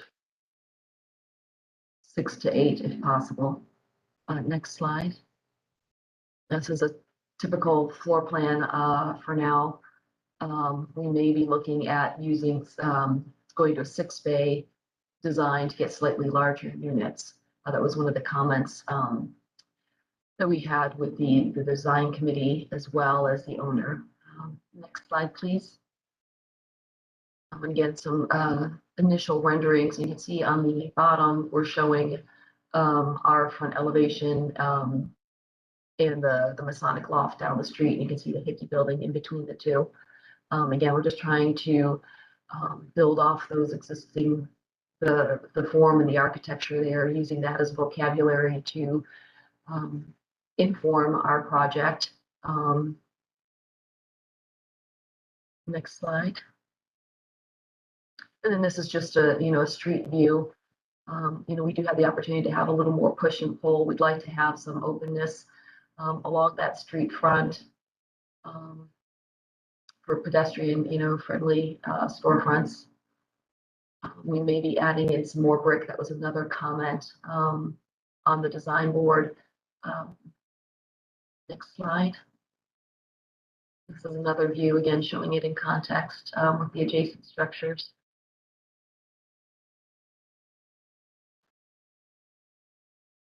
And again, just a straight on view. Okay.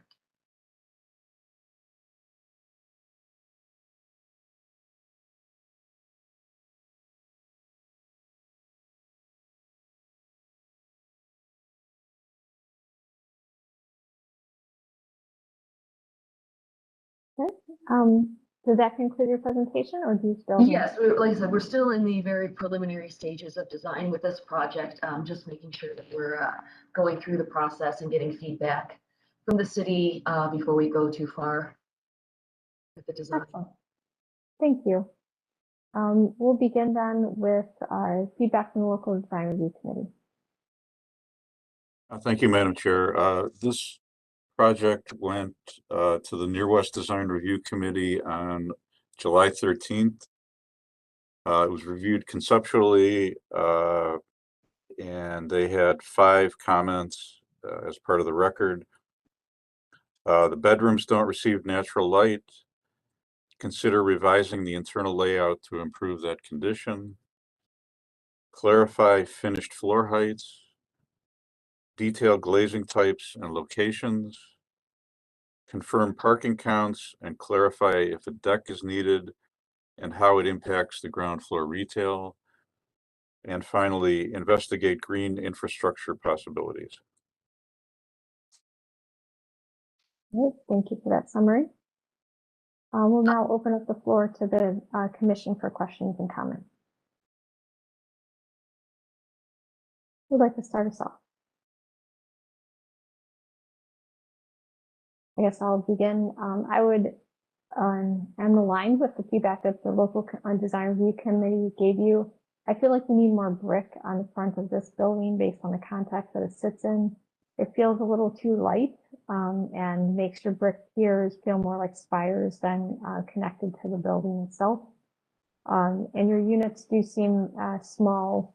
We don't have privy for the interiors, but they do, in my opinion, is that they do feel a little small, and that it could be beneficial to give a little bit more breadth to the interior and bring that out to the exterior. I agree. Those were design things that that we've had internally. Sort of that push and pull of how many units can we fit in and what's the right right amount, and that was something that we discussed with the owner as well. And I think we had 2 floor plans, one 6 per floor, one 8 per floor. And I think we're going back to that 6 unit per floor. And I agree that was another comment too, that we felt that the base level was still a little on the light side. So I think in the next iteration, we will be incorporating more brick. It does need a little more weight there, I think. Agree. Mr. Edmond, additional comments? Thank you, Madam Chair. A couple of things. Yeah, I would reiterate the issue about the natural light. I think in adding more brick to the facade, I would recommend sort of keeping it lower on the facade. That the lightness of the upper stories sort of emerging from behind that brick, I think, is nice. But you could use a little more brick to ground it and maybe make it a little more contextual. I also had a question on the glazing on the facade. In the renderings, it looks like it's all transparent glass. Is there a spandrel at the top or bottom that accommodates the floor edge and a little bit of privacy, or how's that work? Right. We haven't gotten that far yet, but I think there could be an opportunity for that, yes. Okay, and then thank you. My final comment, and this is a good image to start on. So you have the two piers at the left side of the facade that indicate the entry, I think, quite effectively. Mhm. Then there's the two piers sort of in the middle, which a couple of things about that. One, it all sort of looks like there's a secondary entry there, just looking at the composition of the facade, but also that seems at odds with what's going on in the floor plan behind that, because it's not like there's a wall that comes in at those piers. In fact, the wall comes in between the middle of the two piers, if I'm reading it correctly. So that seems really unresolved in terms of the floor plan relating to the facade, and also what the facade tells you about where to go in the building. So I think that needs some work. That all that being said, I think I like this design overall. I think you're starting in the right direction. I like the way you're sort of integrating, sort of contemporary and nods to historical context. But I think it needs a little bit more of that development. Thank you. Correct. Yeah, I agree. There needs to be some fine tuning as well. Like I said, it's just that we're still at the conceptual stage, so we want to touch base on those things. Thank you, Mr. Benazzi. Thank you, Madam Chair. A lot of what I was going to say, Mr. Edmund beat me to it, but it was, you're playing this game at odds where you have this like great formal entry on the left part of this facade, and then you're kind of combating it with this kind of center move. And the other thing I'd want you to, or not want, I would urge you to study is kind of the horizontality of kind of the expression of the bottom versus where the apartments are, because even the storefront part is kind of jogging in the middle, which isn't really indicative of kind of how these finished floors are going to lay out in the building. And I think that compositionally using the asymmetrical entrance to the left, but then countering that with a very like clean, rigid grid of a nice composition of, base to middle to top would relate contextually to our neighbor. Like that's right, I can kind of see it peeking to our left, but it'll, as Mr. Edmund said, it's a combination of exactly. So you have this middle, and then you understand that what's above it is different than what's below, and so taking nods from that would allow you to kind of organize the facade in a way that I think will bring some clarity of the interior to the exterior. And as the chair said, we don't have purview over the interior, but I would urge you to study those bedroom conditions and kind of like how those are going to feeling away from that. So I think you're in the right direction. I think it's great that you're in, as many of us have iterated, that you have brick combining with glass, so it's modern and old. I think you're in the right direction there, but it could use a second pass at the study. But otherwise, I look forward to see how this continues to progress. So, Great, thank you very much. Thank you. Yeah, as we are looking at the alternate floor plan to expand to larger units, I think we can kind of tweak that front elevation a bit. Like I said, we are already studying adding more brick and adding weight to that, which I think will address some of your concerns. So thank you. Thank you, Mr. Benazzi. Ms. Anderson? Thank you, Madam Chair. There are a lot of aspects of this building that I really like. I like the cornice. I like the incorporation of the brick. I do agree with my fellow commissioners that more brick would enhance this building. I probably would like those two shorter brick piers to go all the way up, but whatever works for the final design. I think there's just too much glass, too much glazing. Somehow I think it needs to be reduced to keep it more in character with the rest of the area. I don't know if, and again, this is kind of out of bounds, but I don't know if, providing a light well or something, or a courtyard in the middle to give some light to those bedrooms. Not sure how that can be,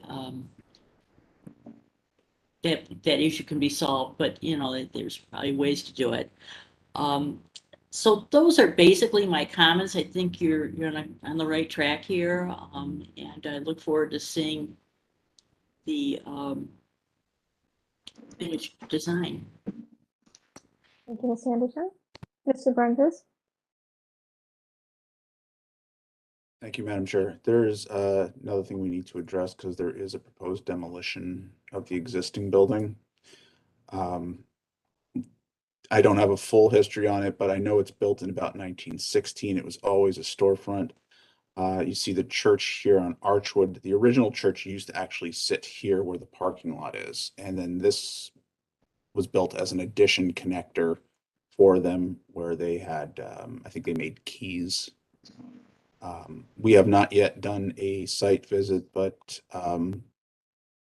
if the commission is okay with staff handling that, we could do the quick documentation and make sure that's all ready to go by the time the final approval comes through. Thank you. Thank you, Mr. Brendis. I think it makes sense to move forward with that documentation and getting a site visit so we can move this to the final stages when it's appropriate. So I think we can't talk about the existing building, so we'll do that in much more detail, correct, Carl? Correct. Okay. All right. Any further questions or comments from the commission? Hello. Yes. Who's speaking? This is Costa. I'm actually calling in from Greece. We wanted to put this through as soon as possible. So the idea was to sort of kind of resemble the lofts on Pearl into flats on Pearl, but bring the old into the new, kind of with that contemporary style and with the glass. It's I guess it was a quick build sketch to show what we want to do with the neighborhood, kind of like create a brand for the area. The flats on Pearl, lofts on Pearl, and whatever else comes with the Hickey building, the homes behind it. So I just wanted to mention that so everybody's on the same page. Thank you. We appreciate that insight. That's helpful.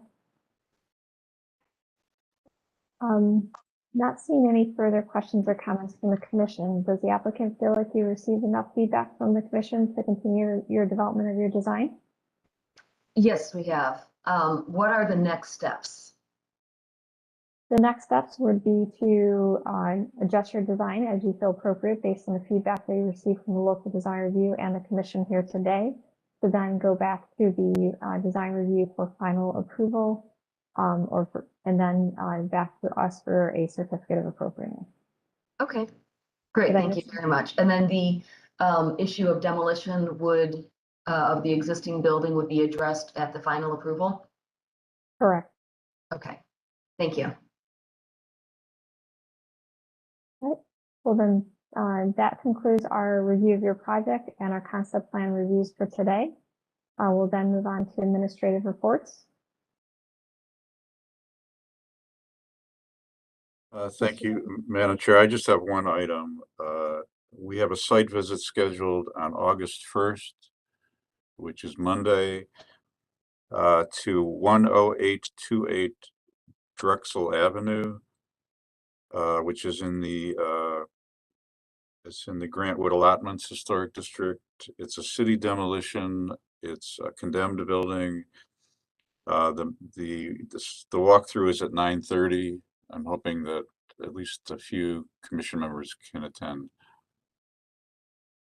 Unfortunately, I have a meeting at that time, so I will not be able to attend, but I hope others can join. And I'll follow up with an email just so you have all the details on that too. All right. Any further discussions or updates? I'm sorry. That's all I have, unless you have any questions, or Carl has anything I'm missing. I do not at this time. Thank you. All right. Well then, I guess one last item is that our let's see, our senior assistant city planner position closed yesterday, so we will be beginning the process to interview new candidates to fill Carl's old position. That's good news. that's exciting. I didn't say comment. All right, well then I don't think there's anything else for today. So I hope everyone has a great day. Our meeting is adjourned and we'll see you again in 2 weeks. Sounds good. Thank you all. Bye, everyone. Bye, everybody.